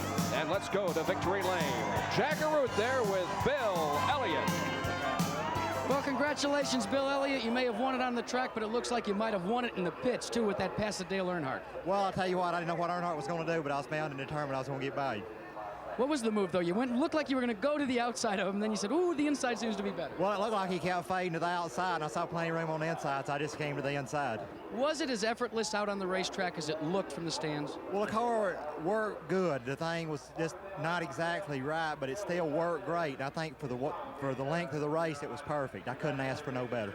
Listen, $240,000. You took $1 million from him last year. You really like this R.J. Reynolds tobacco money, don't you? Well, I'll tell you what, we'll keep coming back. What about it? Is the Winston here to stay? Is it a premier event, Bill? I think it is, and I think today showed it's a class act. Well, Ernie was on top of the truck. Did he say anything on the radio when you took your cool-down lap? No, he didn't say a word. Just congratulations. Everybody did a heck of a good job. I'll tell you what, Dan doesn't build a bad engine himself, does he? Well, they all work good, believe me, and the car held together, and it did its job. Well, a very happy Bill Elliott. He's won for the first time in 1986, and it was $240,000 worth. Gentlemen? Not a bad payday for Bill Elliott, his best finish of the year, a 5th prior to today. Well, the Winston has been brought to you by today's Chevrolet, who invites you to live the style, performance, and fun of Chevrolet in '86. And by new Kodacolor VRG film with color as realistic as the color of life. By Exxon, quality you can count on. And by Busch Beer, the beer with a taste as smooth as its name. Once again, the top 5 finishers of the Winston. Bill Elliott, followed by Dale Earnhardt, then Harry Gant Waltrip, and Cale Yarborough. We'll be right back in just a moment. Welcome back to Atlanta International Raceway. Darrell Waltrip and Larry Newber have joined me here in the broadcast booth for this 100-lapper, and the command has already been given to start engines. The cars are warming up, and in just a few seconds we'll be pulling onto the racetrack for a couple of warm-up laps. Now here is a starting lineup for today's Atlanta Invitational 100-lapper. On the pole, receiving 132,284 votes, Kyle Petty, the number 7 711 Ford. Outside, Tim Richmond, the number 25 Folgers Chevy. Second row, number 8, Bobby Hillen Jr. in the Miller American Buick. His teammate outside of row number 2, Bobby Allison. Third row, Benny Parsons, car 55, and Lake Speed in car number 4. In row 4, Joe Ruttman in number 26, and Richard Petty in car 43. The fifth row, Dave Marcus in car 73 and Buddy Baker in 88. The sixth row consists of Buddy Arrington in 67 and Jimmy Means in number 52. And in the seventh and final row on the inside, Trevor Boyes in car number 6 and J.D. McDuffie in car number 70. And as you can see, the field is beginning to move away from pit road and onto this 1.52 mile oval here at Atlanta. The purse here at this race is tremendous. The winner's share will be $75,000. Second place picks up $40,000, third $30,000, and so on down the line, with the seventh place driver receiving $13,500. And you can see that just to start this race, the 14th place finisher will pick up $10,000. Well, we have a couple of in-car radios that we'll be enjoying during the race today, and we'll first try to contact Bobby Allison. Bobby, this is Bob Jenkins in the ESPN broadcast booth. Can you read us?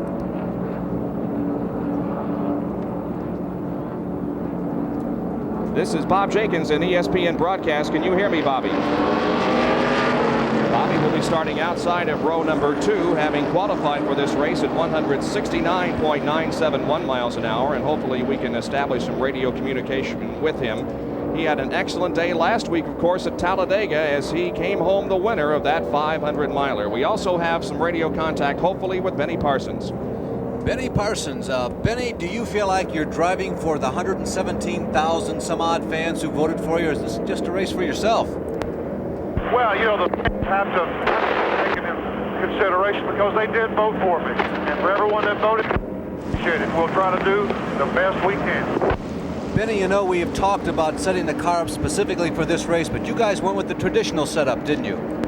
Well, basically we did as far as the engine is concerned and what have you. Although the chassis, we try to get it a little bit closer than normal because we don't have that long to adjust it. Okay, Benny, good luck to you. Buddy Arrington in car number 67 has been on pit road again. He made a very brief stop, but is pulling back out onto the racetrack, as you can see, and will fall into his 11th starting position. Okay, it's prediction time. Darrell, who's going to win this race? Well, there's really in the starting lineup, there's no surprises, I don't think. The cars that you would expect to be near the front of the field are there. The cars that you would expect to be near the rear of the field are there. So I don't know.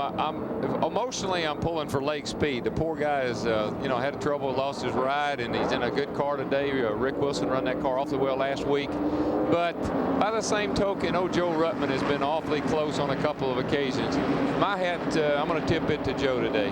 All right, Larry, how about you? It's really a tough one to call because there are so many people who got to be hungry for this race. Richmond's had a disappointing season, wants to be strong. Kyle Petty, one of the 2 or 3 fastest on the track last week.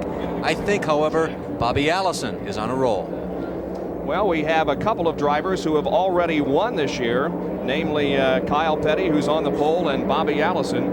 Now, the number 88 car of Buddy Baker is starting at the rear of the field because he has changed tires. Here comes the field down off the 4th turn, and the green flag is out. The Invitational from Atlanta International Raceway is underway, and from outside, row number 1 taking the lead down into turn number 1 is Tim Richmond, who qualified at 171.665 miles an hour, breaking the previous track record held by Dale Earnhardt. They race down the backstretch with Kyle Petty in 2nd position and a good battle for 3rd place. That is Tim Richmond leading.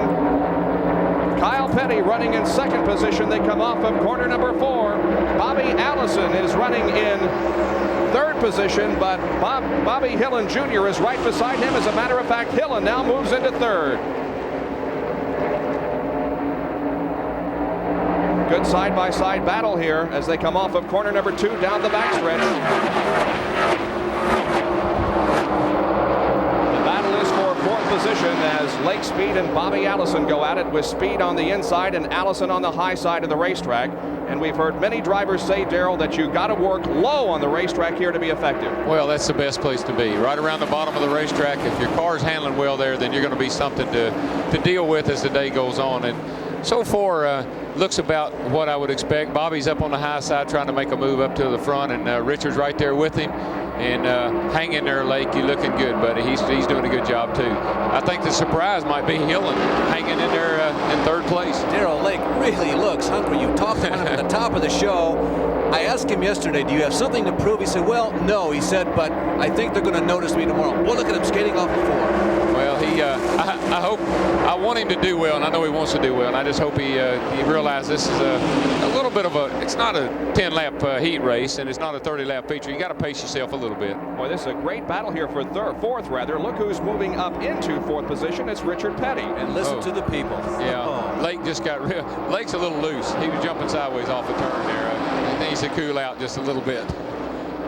Petty and Allison running side by side, and behind them now we see Lake Speed and Joe Ruttman running side by side. Behind them it is Benny Parsons on the high side of the racetrack and Dave Marcus. So some good competition back here for 4th, 5th, 6th, 7th, 8th, and 9th. Up front, however, it's Tim Richmond who has pulled away from 2nd place Kyle Petty. Darrell, those first 3 cars, Richmond, Kyle Petty, and Bobby Hillin Jr., they seem to have the best stick of anybody out there. Well, of course, Richmond proved he was quick when he broke the track record, and and it'll be interesting to see how he does. That car has been getting awful loose with him in previous races, and it's been quick, but it's been giving up. And it looks like they're closing the gap a little bit on him now. So that's going to be something to keep an eye on. All right, we'll time this lap and see what kind of speed they're turning out there. We begin lap number 6 here. There are the first 3. It's Tim Richmond in the lead, Kyle Petty in second position, and now Bobby Hillin begins to challenge just a little bit for 3rd spot. And right behind Bobby Hillin, also up there very much in contention, is Richard Petty. If there's any surprise here in the early laps, these first 9 cars are together, but dropping way back is Buddy Baker. I would not have expected him to lose hold of the sleep pack so soon. No, you know, I don't understand about changing the tires. I don't know what he could have done there. So that's an interesting situation. Maybe we can find out what happened. I didn't know that there was any problem with changing tires. 33.6, a 163.071 mile-an-hour lap. So he is considerably off the qualifying speed, but you got to consider all the other factors today. Well, they'll be running 34-second laps in 15 laps or so. The tires give up, and the guys will be moving around. You see Bobby, he's looking for a high line, trying to find a place to run.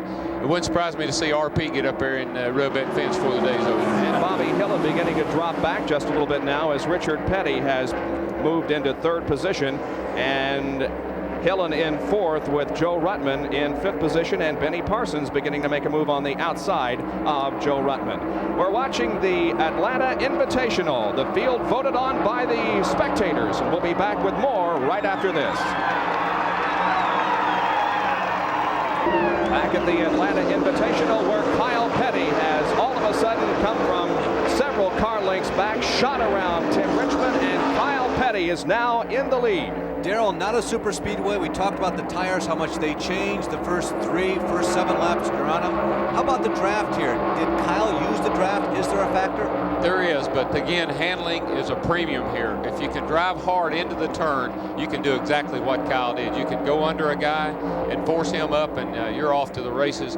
Kyle's car looks awfully good, and Richmond's car is doing what I pointed out. I think it's given up just a little bit. But the good thing is, for me anyway, I think for the fans too, how tightly bunched these cars are staying. This is a good race. Nobody's really pulling away and leaving anybody. Now, we will have to have a pit stop, of course, in this race. It's a 100 lap or 152.2 miles, so we certainly will have to have a pit stop and a lead change at the end of the backstretch going into turn number 3. Once again, Tim Richmond pulls his car into the lead with now the Petties running 2nd and 3rd. Kyle in 2nd, Richard in 3rd. They come off of turn number 4 once again. Bobby Hillin Jr. running 4th, and then Benny Parsons. Kyle Petty is racing with a cracked bone in his leg as well as a crack across the kneecap. He was injured in that altercation at Talladega last week when Cale Yarborough's engine went. Kyle was in a cast earlier this week and took it off to run here and perform. Also the Woods brothers. They are the leading all-time winner in terms of a team here at this racetrack. Dave Marcus also showing well as he has moved ahead of Joe Ruttman. There is Ruttman and Lake Speed running together on the track.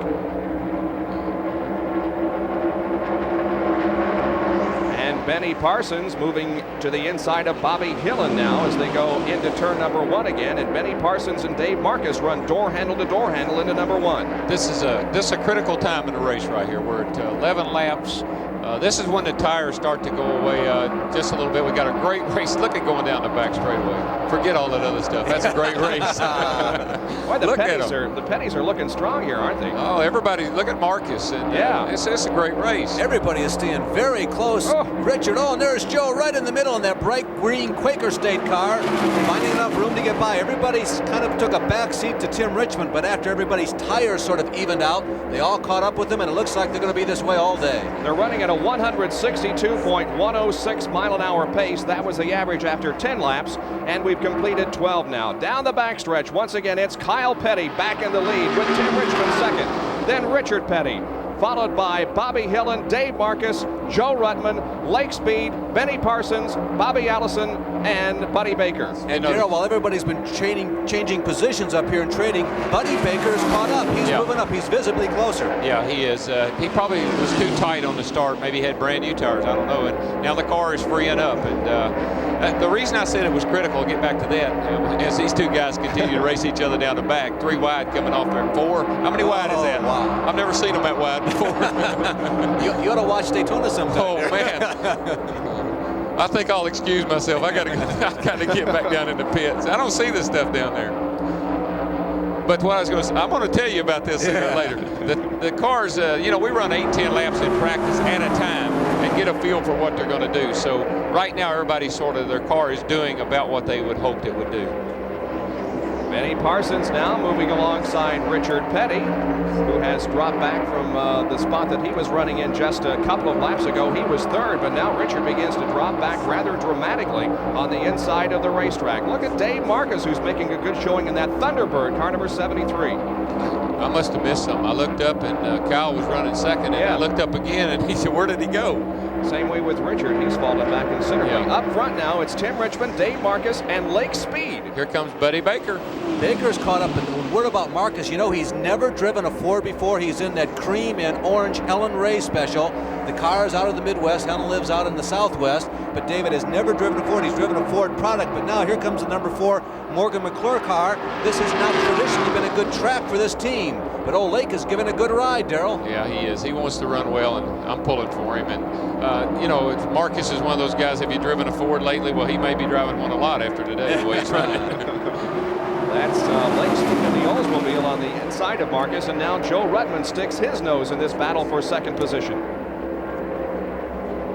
I'll tell you, this is some great racing, guys. I never would have thought that they would have stayed this bunched up. It's real tight, and it's a great race so far. And I'm surprised that Bobby Allison is falling back the way he is. I thought he would have been a factor. There's his teammate Bobby Hillen Jr. in the red and white number 8, the second of 2 Miller American cars. Bobby Allison is not even in the picture.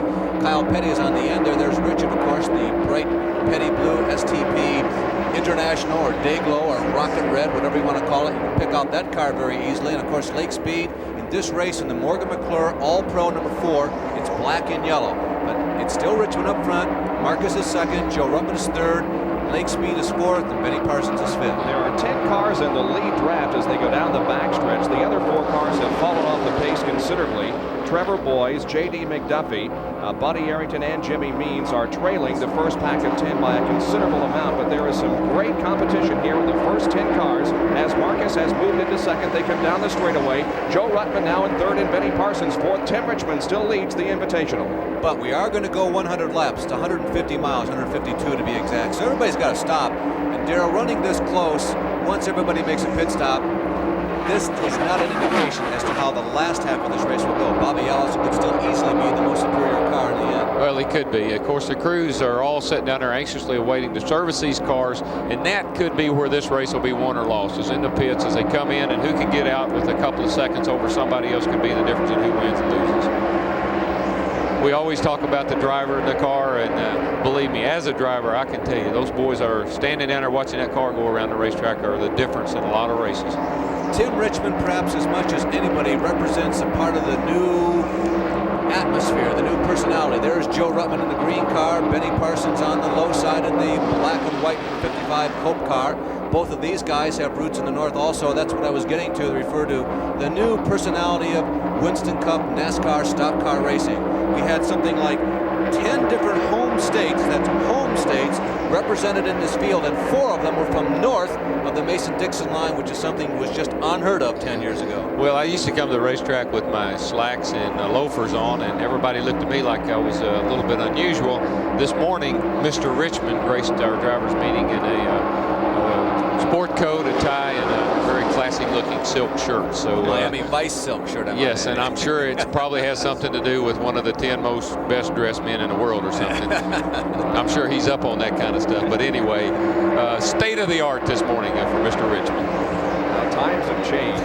Yeah, how they have. Are you talking about in the pits or on the track? Tim Richmond in the number 25 Folgers car is leading the Atlanta Invitational. With 21 laps completed, we're almost a fourth of the way through this event already, and we've already seen some tremendous competition. Dave Marcus now in second position, beginning to close in, and Joe Ruttman is right there also in third position. If there has been a surprise in this race, definitely it has been Marcus. There goes Ruttman to the inside of Dave, but everybody expected him to be competitive. He is a veteran. He's been around a long time, but as we told you earlier, first time ever in a Ford, and this is supposedly not their frontline car. This is the car that still, as a matter of fact, has Phil Barkdahl's name on the roof. This is a car that Midwest driver has been driving in a couple of races this year, and they chose to use this one for David in his Invitational appearance. Yeah, this is a good run for Dave. Also for Lake, and I don't want to belabor Lake, but he's doing a good job for a man that's been out of a race car for about a month and a half. And Timmy's hanging in there better than I thought he would. The car seems to be staying with him today, and I still think Joe Ruttman is going to grease him down here in a little while. Well, Ruttman started 7th and is now into 2nd spot, and Dave Marcus in car number 73 is in 3rd position. Dave Marcus, who has been around a long time, and a lot of people probably forget that at one point he had the fastest car in the circuit and won a lot of races in the Harry Hyde prepared K&K Dodge number 71. Harry Hyde, the same guy who was turning the wrenches for Tim Richmond. They've had a frustrating year, and it would be a big day for them if they could pull off a win here. Well, let's go down to the pit area for an observation from Jack Arute. Jack? Well, guys, one of the things to remember, gentlemen, is the fact that unlike the Winston, which we previously saw when all cars had to pit on the 40th lap, these guys have got it wide open. The window is whatever they care to do. Talking to all the crew chiefs, however, they said because there are so few cars in the race, we're going to run the string down just as bloody far as we can. Looking for a caution so that they can do the service under the guise of a caution and hopefully with a lot less pressure than under the green.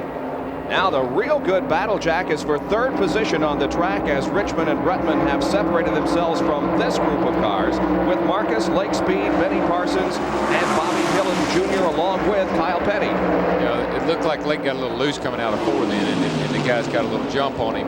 His car's running a little looser than the rest of them, but Benny's getting a little loose too. Looks like when they get up there and draft each other side by side like that, the cars do move around. Oh, there's David, a big slide. It was way out toward the wall. That's that side-by-side racing, the wind coming off of those cars, and the tires are a little slick and a little hot, and I think you're going to see a lot of moving around before this day's over. And Lake Speed loses a position as Parsons now moves up to the outside to run alongside him.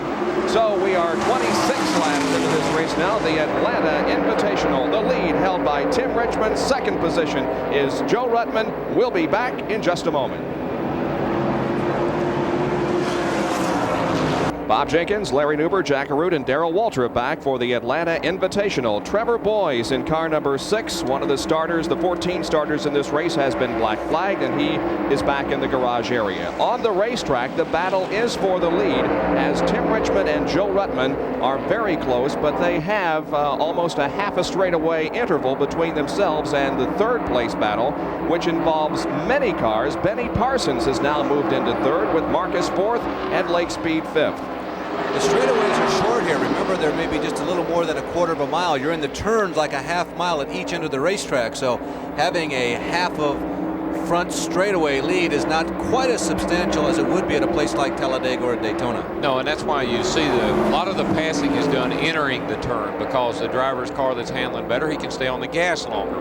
And because there is so much turn, you have to set a guy up to pass him going into a turn most of the time. The average speed 160.916 miles an hour. We asked Lake Speed earlier in the weekend about proving something in this event. Because of the events of 1986, do you think that maybe you have a touch more to prove than anybody else in Sunday's race? Not really, Larry. I think the most of the people in this garage area and the people that have been watching Grand National racing for the years, they've watched me race now for about 5 or 6 years, and they either believe in me or they don't. The fans seem to believe in me, and that just tickled me to death. And I think there's a lot of people in the garage area that have given me an awful lot of support too. People like Larry and Tim McClure, All Pro, Auto Parts people coming behind me. There's an awful lot of people out here that believe in Lake Speed. We're going to get out there Sunday and give it our best shot, but I don't think that our career, our future lies in one race. Lake Speed currently in 4th position. As we mentioned earlier, this is the car that Rick Wilson ran so well at Talladega just a week ago. I think Benny's really picking up the pace a little bit. He's starting to settle in here, and I think he's closing down on the leaders just a little bit. All right, let's go down to the pit area where Jack Arute is with Trevor Boyes. And Trevor, you certainly didn't want to be in the pit area this early in the race. What put you out? We lost an engine. Unfortunately, we just come down here. We had engine problems in practice, changed motors, put a short track motor in thinking maybe the combination would work here, but unfortunately it didn't. Well, now that you've been in the first annual Atlanta Invitational, what are your thoughts about this type of racing, this type of competition? Do you like it? I really enjoyed it. I enjoyed the whole weekend. It wasn't a points race. It wasn't no pressure. It was a thing the fans did, got me in. I'm proud of that, and we'll come back next year and try harder. Well, he's first out, but he's number one in a lot of fans' hearts. That's how he got in the race. Trevor Boyes out of competition, but Tim Richmond in number 25 and Joe Ruttman in 26 are very much in this race, battling for the lead. There's the average speed at the end of 30 laps, 160.83. Trevor brings up a good point, Darrell, that we might want to comment on. That is, you come here in a relaxed atmosphere, unlike last year when you had a tremendously big and important race the day after, as we watched Jimmy Means in the pit area. Well, that's true. A lot of the drivers didn't like having to prepare for the World 600 and run the Winston and all that stuff in the same weekend. And that's why the event ended up on its own, more or less, to give guys a little bit more time to prepare for it, hopefully make for a better show. Frankly, I just assumed have had it, you know, with a companion, this being a companion event, but it's going to work out pretty good. I think this thing can support itself as we go along. Trevor was one of the surprises getting into this race, although he did some active campaigning. He worked very hard to earn his invitation. We're looking at Jimmy Means just a couple of seconds ago. He's one of those guys we referred to at the top of the show, Darrell, that is probably one of the most deserving in all of racing. He comes every week. It's his job. He pours his heart and soul in it. He's certainly underfinanced. Everybody knows that. But it was nice to see him and J.D. McDuffie, people like that, voted in. And Joe Ruttman is now beginning to mount his challenge on Mr. Richmond. Yes, that's Joe's going to get back to him here, looks like. And just a real quick on Jimmy Means. Sandy Jones was Jimmy's crew chief, and he now works for us. And to tell you the quality and caliber of people that these guys have been working for them, Sandy is one of the best mechanics that we've got working on our race car. So, you know, Jimmy is underfinanced, to put it politely. If he had a little bit more help, he knows a good mechanic, he knows a good race car, and he's a good race driver, but he just he doesn't have those big dollars that it takes to do the job. Pretty good evidence there in turns 1 and 2 that the low side is the place to be, as that's where Joe Ruttman was when he passed Tim Richmond and has now moved himself into the lead as they come down and complete lap number 36. Joe Ruttman leads Tim Richmond, drafting right behind him. Yeah, that was a good pass, but I still see Benny is closing up right real nicely here, and he could be a factor in this lead draft here in just a little bit. In terms of the fan balloting, Ruttman came in as one of those marginal people. Yes, he is visible, he's run well. You expected Richmond to get in, you expected Benny Parsons to get in among the top 3. Some of the people who did not get voted in were a couple of winners of 1986 already. Morgan Shepherd, Rusty Wallace, Bobby Allison, of course. It was basically a shoe-in. Dave Marcus had an awful lot of support going in, but Ken Schrader was not voted in. David Pearson, surprisingly, among the non-invitees. Phil Parsons, Tommy Ellis, Ron Bouchard, Mike Alexander, perhaps some of the people who came close but just didn't garner enough of the 189,000 odd votes that were cast. We were watching 6th, 7th, and 8th place there just a minute ago as Bobby Allison now has moved into 6th, and coming back after trailing this 10-car draft that we've had the first few laps. It's a good race up front, and Joe and Tim are swapping the lead around, and we got JD slowing down as he goes by the start-finish line here, and here comes Benny. Benny is doing well as J.D. McDuffie, who is making his 600th race start here today and has never recorded a victory in Winston Cup competition.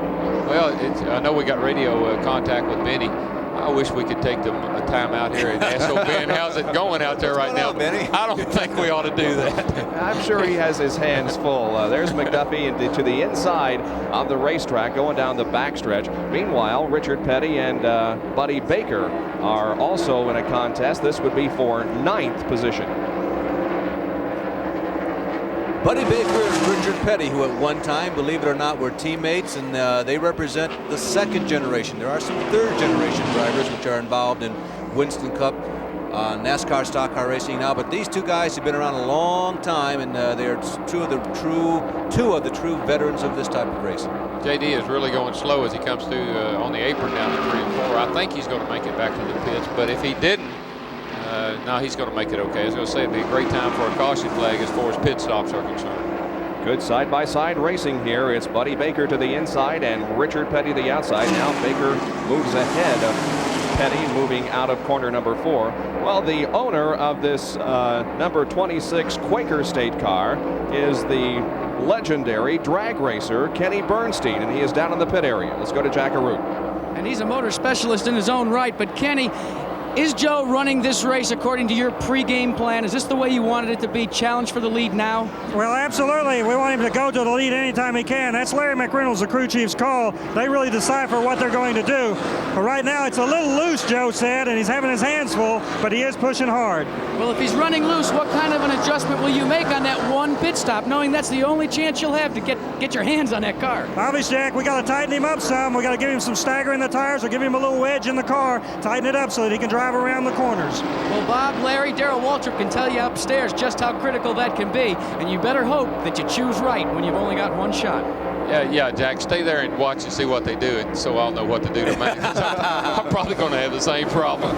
Darrell, yesterday, Joe was stressing to me, ironically enough, that the turns are so big here that you have to concentrate on being as tight as you can get at the apex, right in the center of it. Yeah, it's true. You can't stand the car turning sideways. You want to be turning to the left all the time, but if the car ever jumps sideways with you, in other words, where you got to turn back to the right, that's what kills your speed here. You got to be able to drive into these corners as hard as you possibly can because they're such big, long, sweeping turns, and that's where you make all the time, driving in hard and the car staying under you. All right, let's run down how they're running now. Really, the first three positions are the closest. That's Tim Richmond in the lead, Joe Ruttman second, and Benny Parsons running in third place. Back and forth is Lake Speed. Fifth is Bobby Hillen. Sixth is Bobby Allison. Seventh, Kyle Petty. Eighth is Dave Marcus. Running in ninth place is Buddy Baker. 10th is Richard Petty. Then in 11th place would be the number 67 of Buddy Arrington. 12th is Jimmy Means. And 13th is J.D. McNuffie, who has already dropped out of the race, and so has Trevor Boyes. You know, I think that Benny may be cooling it right now. I think Benny raced up there and got these guys, caught these guys. He's going to wait for the pit stop now to make an adjustment, change tires, and then have at it. All right, when can we expect this pit stop now? Well, I'd say around, 60 laps? 67 laps 67. is about 100 miles at this place, so all things being equal, that's probably where it's going to come on. And I'd say they'd take it right to the limit, particularly the leaders, because they don't want to come in until they have to, and then they'll have the fresh tires to go the rest of the way, or at least as fresh as they can possibly have. You know, Darrell, I think of everybody in the Invitational field, the most recent Atlanta winner was Benny. Yeah, that's true. Benny had an awful good run here back, a year or so ago, 2 years ago, and won this race in a fine fashion.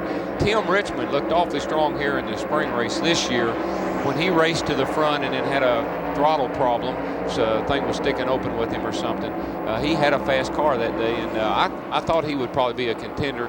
And the reason I think Joe's going to be is running as well as he is, that car has looked really fast on a number of occasions. Joe's had some problems, but I spent some time with Kenny this week, and he feels like their team's coming online now, and I think they're going to be a team to reckon with as the season goes along. As the leaders begin to lap, Buddy Arrington, the slowest car on the racetrack right now, and we are nearing the halfway point. We've completed 46 out of 100 laps. There are the first three as they lap Buddy Arrington. Tim Richmond is running in the lead with Joe Ruttman in second position, and third with Benny Parsons in car number 55. Right now, ESPN and NASCAR present with Benny Parsons a track fact.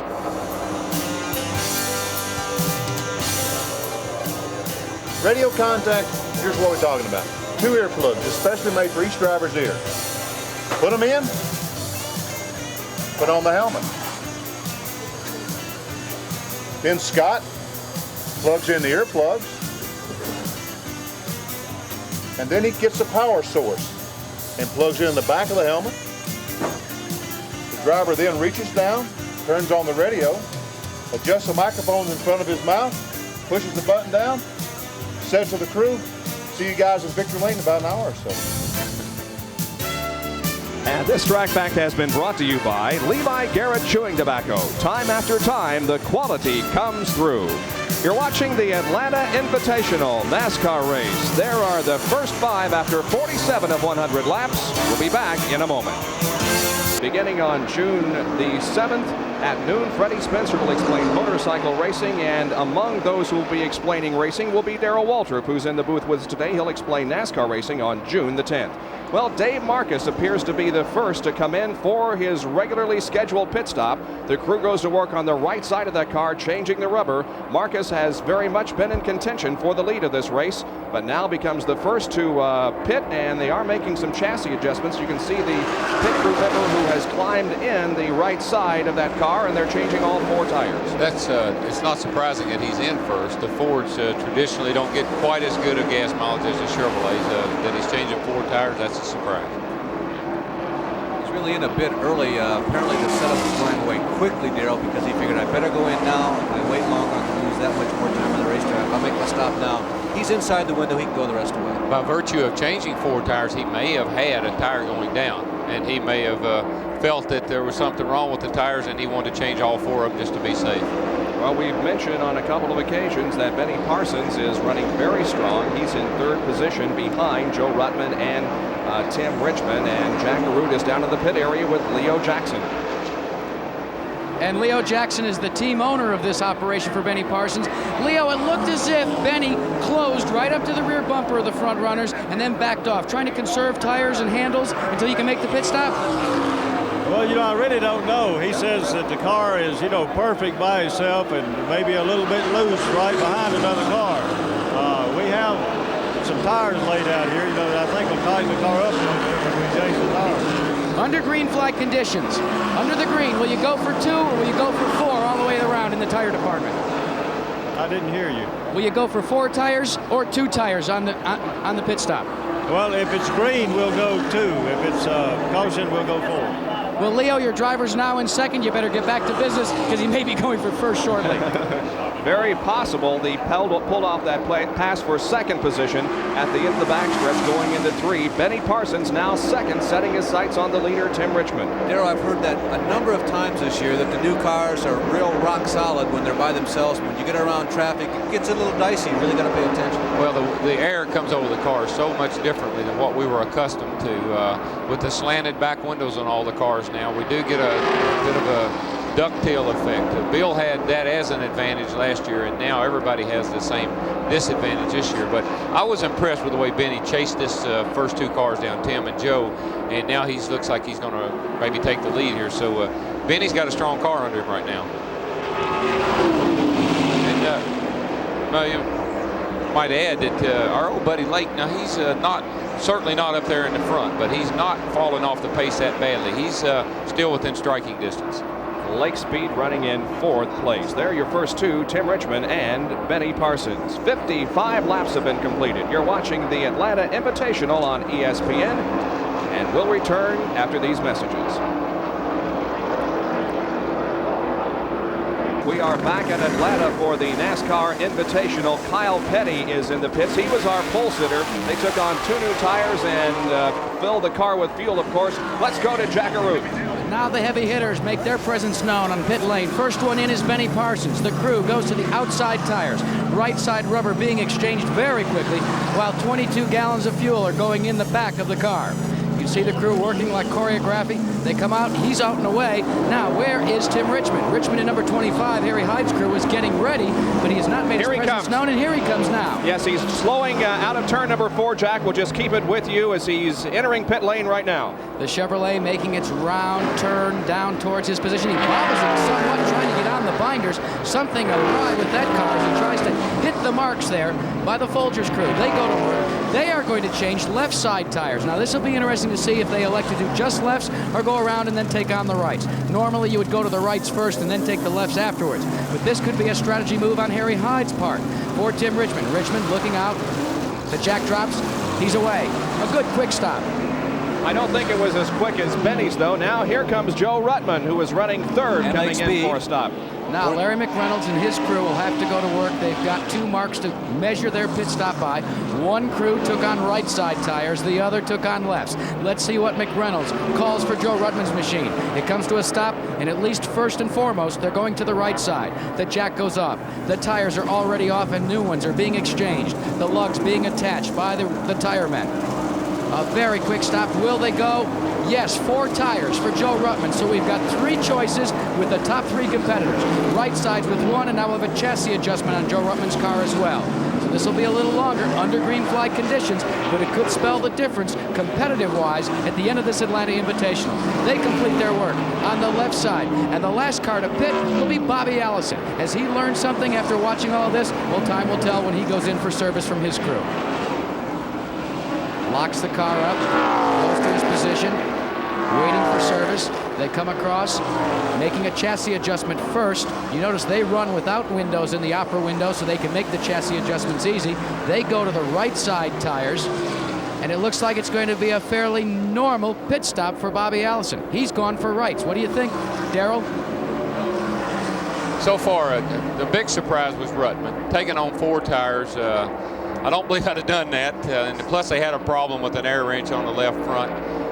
Richmond, the problem that these guys are having when Trevor Boyd's engine blew, he left oil down here in the pit lane.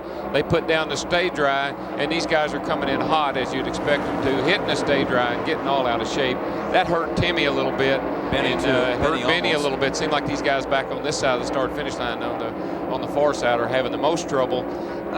Everything else pretty routine. Everybody else made a normal pit stop, but as we said at the front of the show, pit stops were going to be the difference. Who could get in, who could get out, and who did what was going to make the difference. And as you can see, Richmond is long gone. And the guy who came out best in all of this was Benny Parsons. With Tim Richmond now running second. Bobby Hillin Jr. is third. Running in fourth position is Lake Speed, and in fifth position is Kyle Petty. All of those standings now after the pit stops have been made. They're still averaging 160.398 miles an hour. So our colleague who helped analyze everything in the Winston leads here in the Invitational. We'll be right back at Atlanta International Raceway. Back at the Atlanta Invitational, the leader is Benny Parsons, second Tim Richmond, third Bobby Hillin Jr., fourth is Lake Speed, and fifth is Bobby Allison. 78 out of 100 laps completed. We have had 7 lead changes among 5 drivers. They're averaging 158.620 miles an hour. There is your leader, Benny Parsons. But the interval between Parsons and second place Tim Richmond has closed considerably. It was about 5.5 seconds about 10 laps ago, and now it's down to just about 2 seconds. So Benny has his hands full. There is Richmond. You can see how close the interval now is. Marcus running between the two.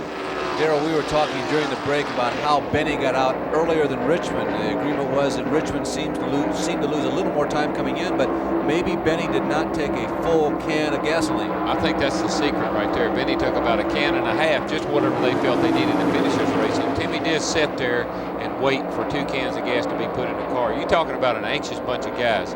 You want to know what a crew does during the race? They've got 9 stopwatches down there, and all of them are timing something. I don't know what. Rick Hendricks is on that stool there. He's going to screw it right in the ground. Well, the interval between Parsons, that man right there, the leader, you can see that he has 271 career top 10s. So he's been around a few years too, and Tim Richmond is visibly shrinking. But Tim Richmond, there you see him on your screen, he now has the chore of getting around Dave Marcus, and it took Benny Parsons about 4 or 5 competitive laps to get around Dave. I don't think Tim will have that much trouble because, in all due respect to Mr. Marcus, he was trying to keep him going a lap down just in case he caught a caution. So he would hold the leader up, or he would race the leader a little harder than I think he's going to race Tim. He's not going to lay down and let Tim go by, but I don't think you'll see him hold Tim up very long. The pole sitter for this race, Kyle Petty, has dropped out of competition. Kyle had a rough race all along as he only led, I think, 1 lap and has dropped out of competition. And you can see now that Tim Richmond is right up on the back bumper of Dave Marcus. And when he passes Marcus, if he does, there will be clear sailing and clear racetrack between himself and the leader, Benny Parsons. Richmond to the inside of Marcus now at the end of turn number 2, going down the backstretch. Marcus is being a little obstinate here, too, as he just runs right alongside Richmond. Now Richmond with a slight advantage in turn number 3. Bob, one thing we got to remember now, Marcus came in a little early and took on 4 tires, where the other guys, Benny and Tim, only took on 2 tires. So he has somewhat of a Timmy and Marcus just got together going down through here. He did bump. Look at this. Oh, and Tim is loose.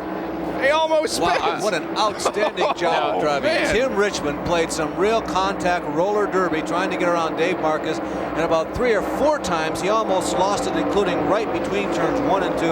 Outstanding job of driving, but did that abuse the tires? Well, let me just make one observation here. Benny Parsons, an older driver, I might add, took his time, more experience. Sorry, Benny, more experience. He took his time in that situation, and Tim was not going to have any part of what was going on. He was wanting Marcus out of his way. All right, now, Darrell, here's a replay. Explain what happened. Well, they hit back here on the straightaway earlier, and that set this whole deal up. And Marcus said, hey, you hit me on the straightaway. How about a little nudge right here, old buddy? And I tell you, that's one fine piece of driving right there. It's hard to get a car crossed up at 160 miles an hour and hang on to it. But the thing that is also significant, Mr. Marcus is a little upset, and he's going to race old Tim as hard as he can. And in the meantime, 55 is leaving away from here. Yeah, it was a 1.9 second interval, and since that little incident down there in turn number 1, it is a 3.3 second interval. Benny with that much pad between himself and Tim. I think Tim's really hurt the tires. He's burnt the right rear on the car, and now the car is real loose with him, and Dave right there on his back bumper is making the car loose. So this could be a $75,000 power play. Well, I tell you, that's a really tough call. If you're looking at the situation of Dave Marcus, whether he was in the right or whether Tim was in the right, who was in the wrong, that's a difficult one. As Darrell mentioned, you want to try and stay close. So if you get maybe 2 cautions bunched together, maybe you can get your lead back. But it started here on the front stretch. Actually, in turn 4, Darrell, they got close together. They were rubbing, and they got down to number 1. And Richmond just said, I am not going to let you lead going into 1. And he slowed down a little bit on Dave Marcus, and they touched. He's done some damage to the right side of the car. As they hit going down the straightaway here, it was a hard hit, and also I think he's cut a tire, hurt a tire, and that car is not handling, and I'd say they're going to bring him in anytime now. We'll watch for the stop by Tim Richmond. If he does, in fact, choose to come in, he stays out there for another lap. There are only a little less than 14 laps to go now for Benny Parsons, and he stands a chance of winning $75,000 here in the Atlanta Invitation. Go ahead, Darrell. I'm sorry. The significant thing, again, in this situation was the pit stop. Benny got out. He beat well, some information from Jack Arute in the pit area. What is the situation down there, Jack?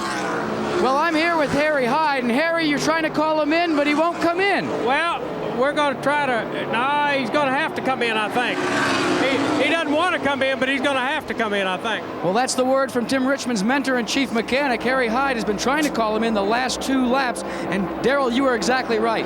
They think they've got a tire going soft on the side. Yeah, they had significant impact on the front straightaway here. There's black marks all down the side of that car. He's possibly cut a tire down, and he's just trying to hang on and make it to the end here, but I think he's going to have to bring the car in. Interval is back up to almost 5 seconds, so it's where it was about 25 laps ago, just after the pit stop. Well, Hillen continues to run comfortably in 3rd as we watch 2nd place Tim Richmond. Lake Speed is in 4th, and Joe Ruttman has moved past Bobby Allison for 5th. So there's no story that's developing or unfolding on the racetrack. The only drama was Ruttman kind of quietly getting around Bobby Allison. Bobby certainly not showing the speed that we saw last week. That was my pick there. He and I both took a stand. Jenkins never said a word. I suppose he's going to tell us now. My pick I'll tell you guys, I think that Benny Parsons. Sure. That's why you're holding that mic in your hand, right? You're going to call Benny on this last lap here and congratulate him. That's right. Well, of the 14 drivers who were in this race, 7 of them have career wins. Richard Petty, of course, with the most, Bobby Allison, Baker, Marcus Richmond, and Kyle Petty. They accounted for a grand total of 332 career wins. With less than 10 laps to go, let's go back down to Jack Arute. I'd like to just point out that although he's going against the wishes of his crew chief, Harry Hyde, Tim Richmond, to me, is showing an awful lot of poise in knowing just how short this race indeed is. With only 10 laps to go, granted, he's going to have to wrestle it like a grizzly bear, but if he can keep that tire just a little soft and not totally soft, he can still come back paying into money at the end of this event. Well, that's a good point. Now, the interval between 2nd and 3rd is pretty significant. There is an entire straightaway and then some between 2nd and 3rd. So Tim does stand a very good chance here if he can hold on for the next 9 laps of finishing in 2nd. Just 9 more laps to go. Benny Parsons leads the Atlanta Invitational.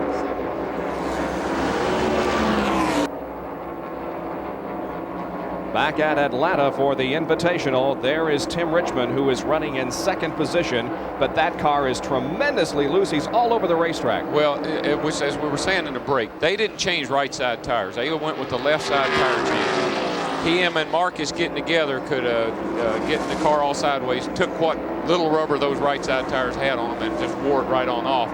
I will say this, Tim Richmond can hang on to a loose race car about as well as anybody I've ever seen.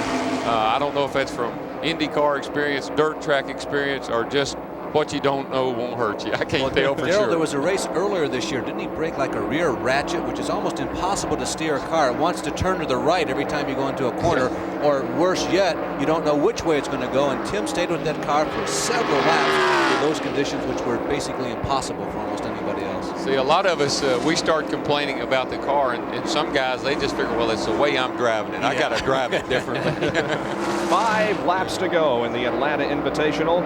Benny Parsons on the point right now, with Richmond still in second. Third is Bobby Hillin Jr. Fourth is Lake Speed, and fifth is Joe Ruttman. And the question is, can Benny hang on for the win here, and can Richmond continue to manhandle that very abrasive race car that he's just having a terrible time controlling? See, the good thing is, from one perspective, he's hanging on to it and he's going to finish second, looks like. I think they had the car to do it. I think they just had some miscommunication in the pit. And really, the 4-tire change wasn't as bad as the fact that an air wrench messed up on the left front. I think I saw him take a lot of extra time there. So in a short race like this, 4 tires was a thing that I don't know what I'd have done. I think I'd have went with the 2. Well, there are less than 3 laps to go. As a matter of fact, when Benny comes around this time, he'll have just 2 more circuits of this 1.522-mile racetrack, and the Invitational victory will be his. Here he is off the 4th corner. 2 more laps to go. Not only was Benny the most recent winner of all the people who were in this Invitational field here in Atlanta, but back in March, he had the best finish here among these same drivers. He finished just ahead of Tim Richmond, by the way, who was 7th. So Parsons and Richmond, who did well here in March, it looks like the 2 of them have the edge on the rest of this field, and it's pretty constant for the 1986 season there. Yeah, Jimmy Means is making a pit stop or coming into pits. I don't know if there's a problem or not. And we got that white flag. I know Benny is breathing a sigh of relief right now. Benny Parsons takes the white flag. Just 1 more lap to go. He's got Buddy Baker right in front of him. Benny has led since lap number 64. We have had 5 different leaders of this race. Tim Richmond led 10 laps. The pole sitter Kyle Petty, before dropping out, led 2. Then Joe Ruttman led. So did Bobby Allison. But this man has pretty much had control since lap number 64, and it appears as if Benny Parsons will march to victory in the Atlanta Invitational and pick up $75,000. Here comes the Copenhagen Oldsmobile off of turn number 4. He sees the checkered flag, and he gets it. Benny Parsons wins.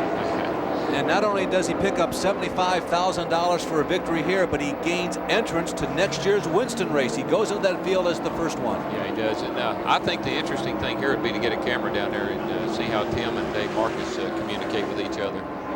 Yeah, we'll try to talk to him on the radio here. Well, Benny Parsons, these are your old friends up in the booth wanting to share some of that winner's purse. How about it? Hey, come on down, guys. Let's go to victory lane. Benny, the last time you won one of these races was here. The feeling must be fantastic. Oh, man, it is over. This is wonderful. Hey, Ben, this is ODW. Way to go, buddy. I watched the track fact, and you said about an hour from now I'll be in victory lane. How do you feel about the Winston? Could you give me a little insight? I think they'll have a rule that the fellow who wins the Invitational goes straight to the Winston. I'm ready, and the guys are ready. Benny, the only anxious moments was getting around Dave Marcus, though, eh? It was kind of anxious there.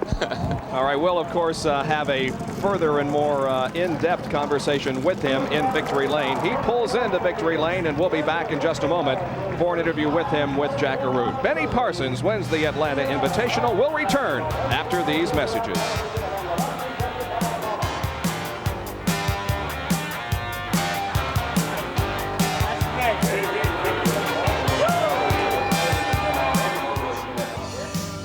Our Winner's Circle interview is being brought to you by Goodyear Eagles. You either have Goodyear Eagles or you need them. And let's go to victory lane. Jack Arute with the winner, Benny Parsons.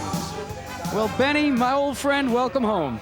How about this, Jackie? You know, hey, guys, you fellas up in the booth, Newber and Jenkins, you ought to be down here celebrating with us. And especially all those fans that voted for me. I wish that all 132,000 or whatever it was could be here. Well, Jerry Long has given you the first annual Winston Invitational trophy, but the question, the difference in the race seemed to be your pit crew. Did they do the job? You know, we talk about races being won by pit crews and on pit road. Today was never a better example. I mean, hey, I go in the pits running second and come out with a 5 or 6 second lead. They killed him on pit road. Well, it was incredible, and also, in case you don't know already, as you take the bus from your wife, you've now qualified for the 1987 Winston Invitational for the Winston. Then you'll be going for, what, $200,000 up for grabs. Good luck to you, Benny. That's it from Victory Lane. Let's go back up topside. And our congratulations, of course, from the booth, and we wish we could be down there in the victory celebration.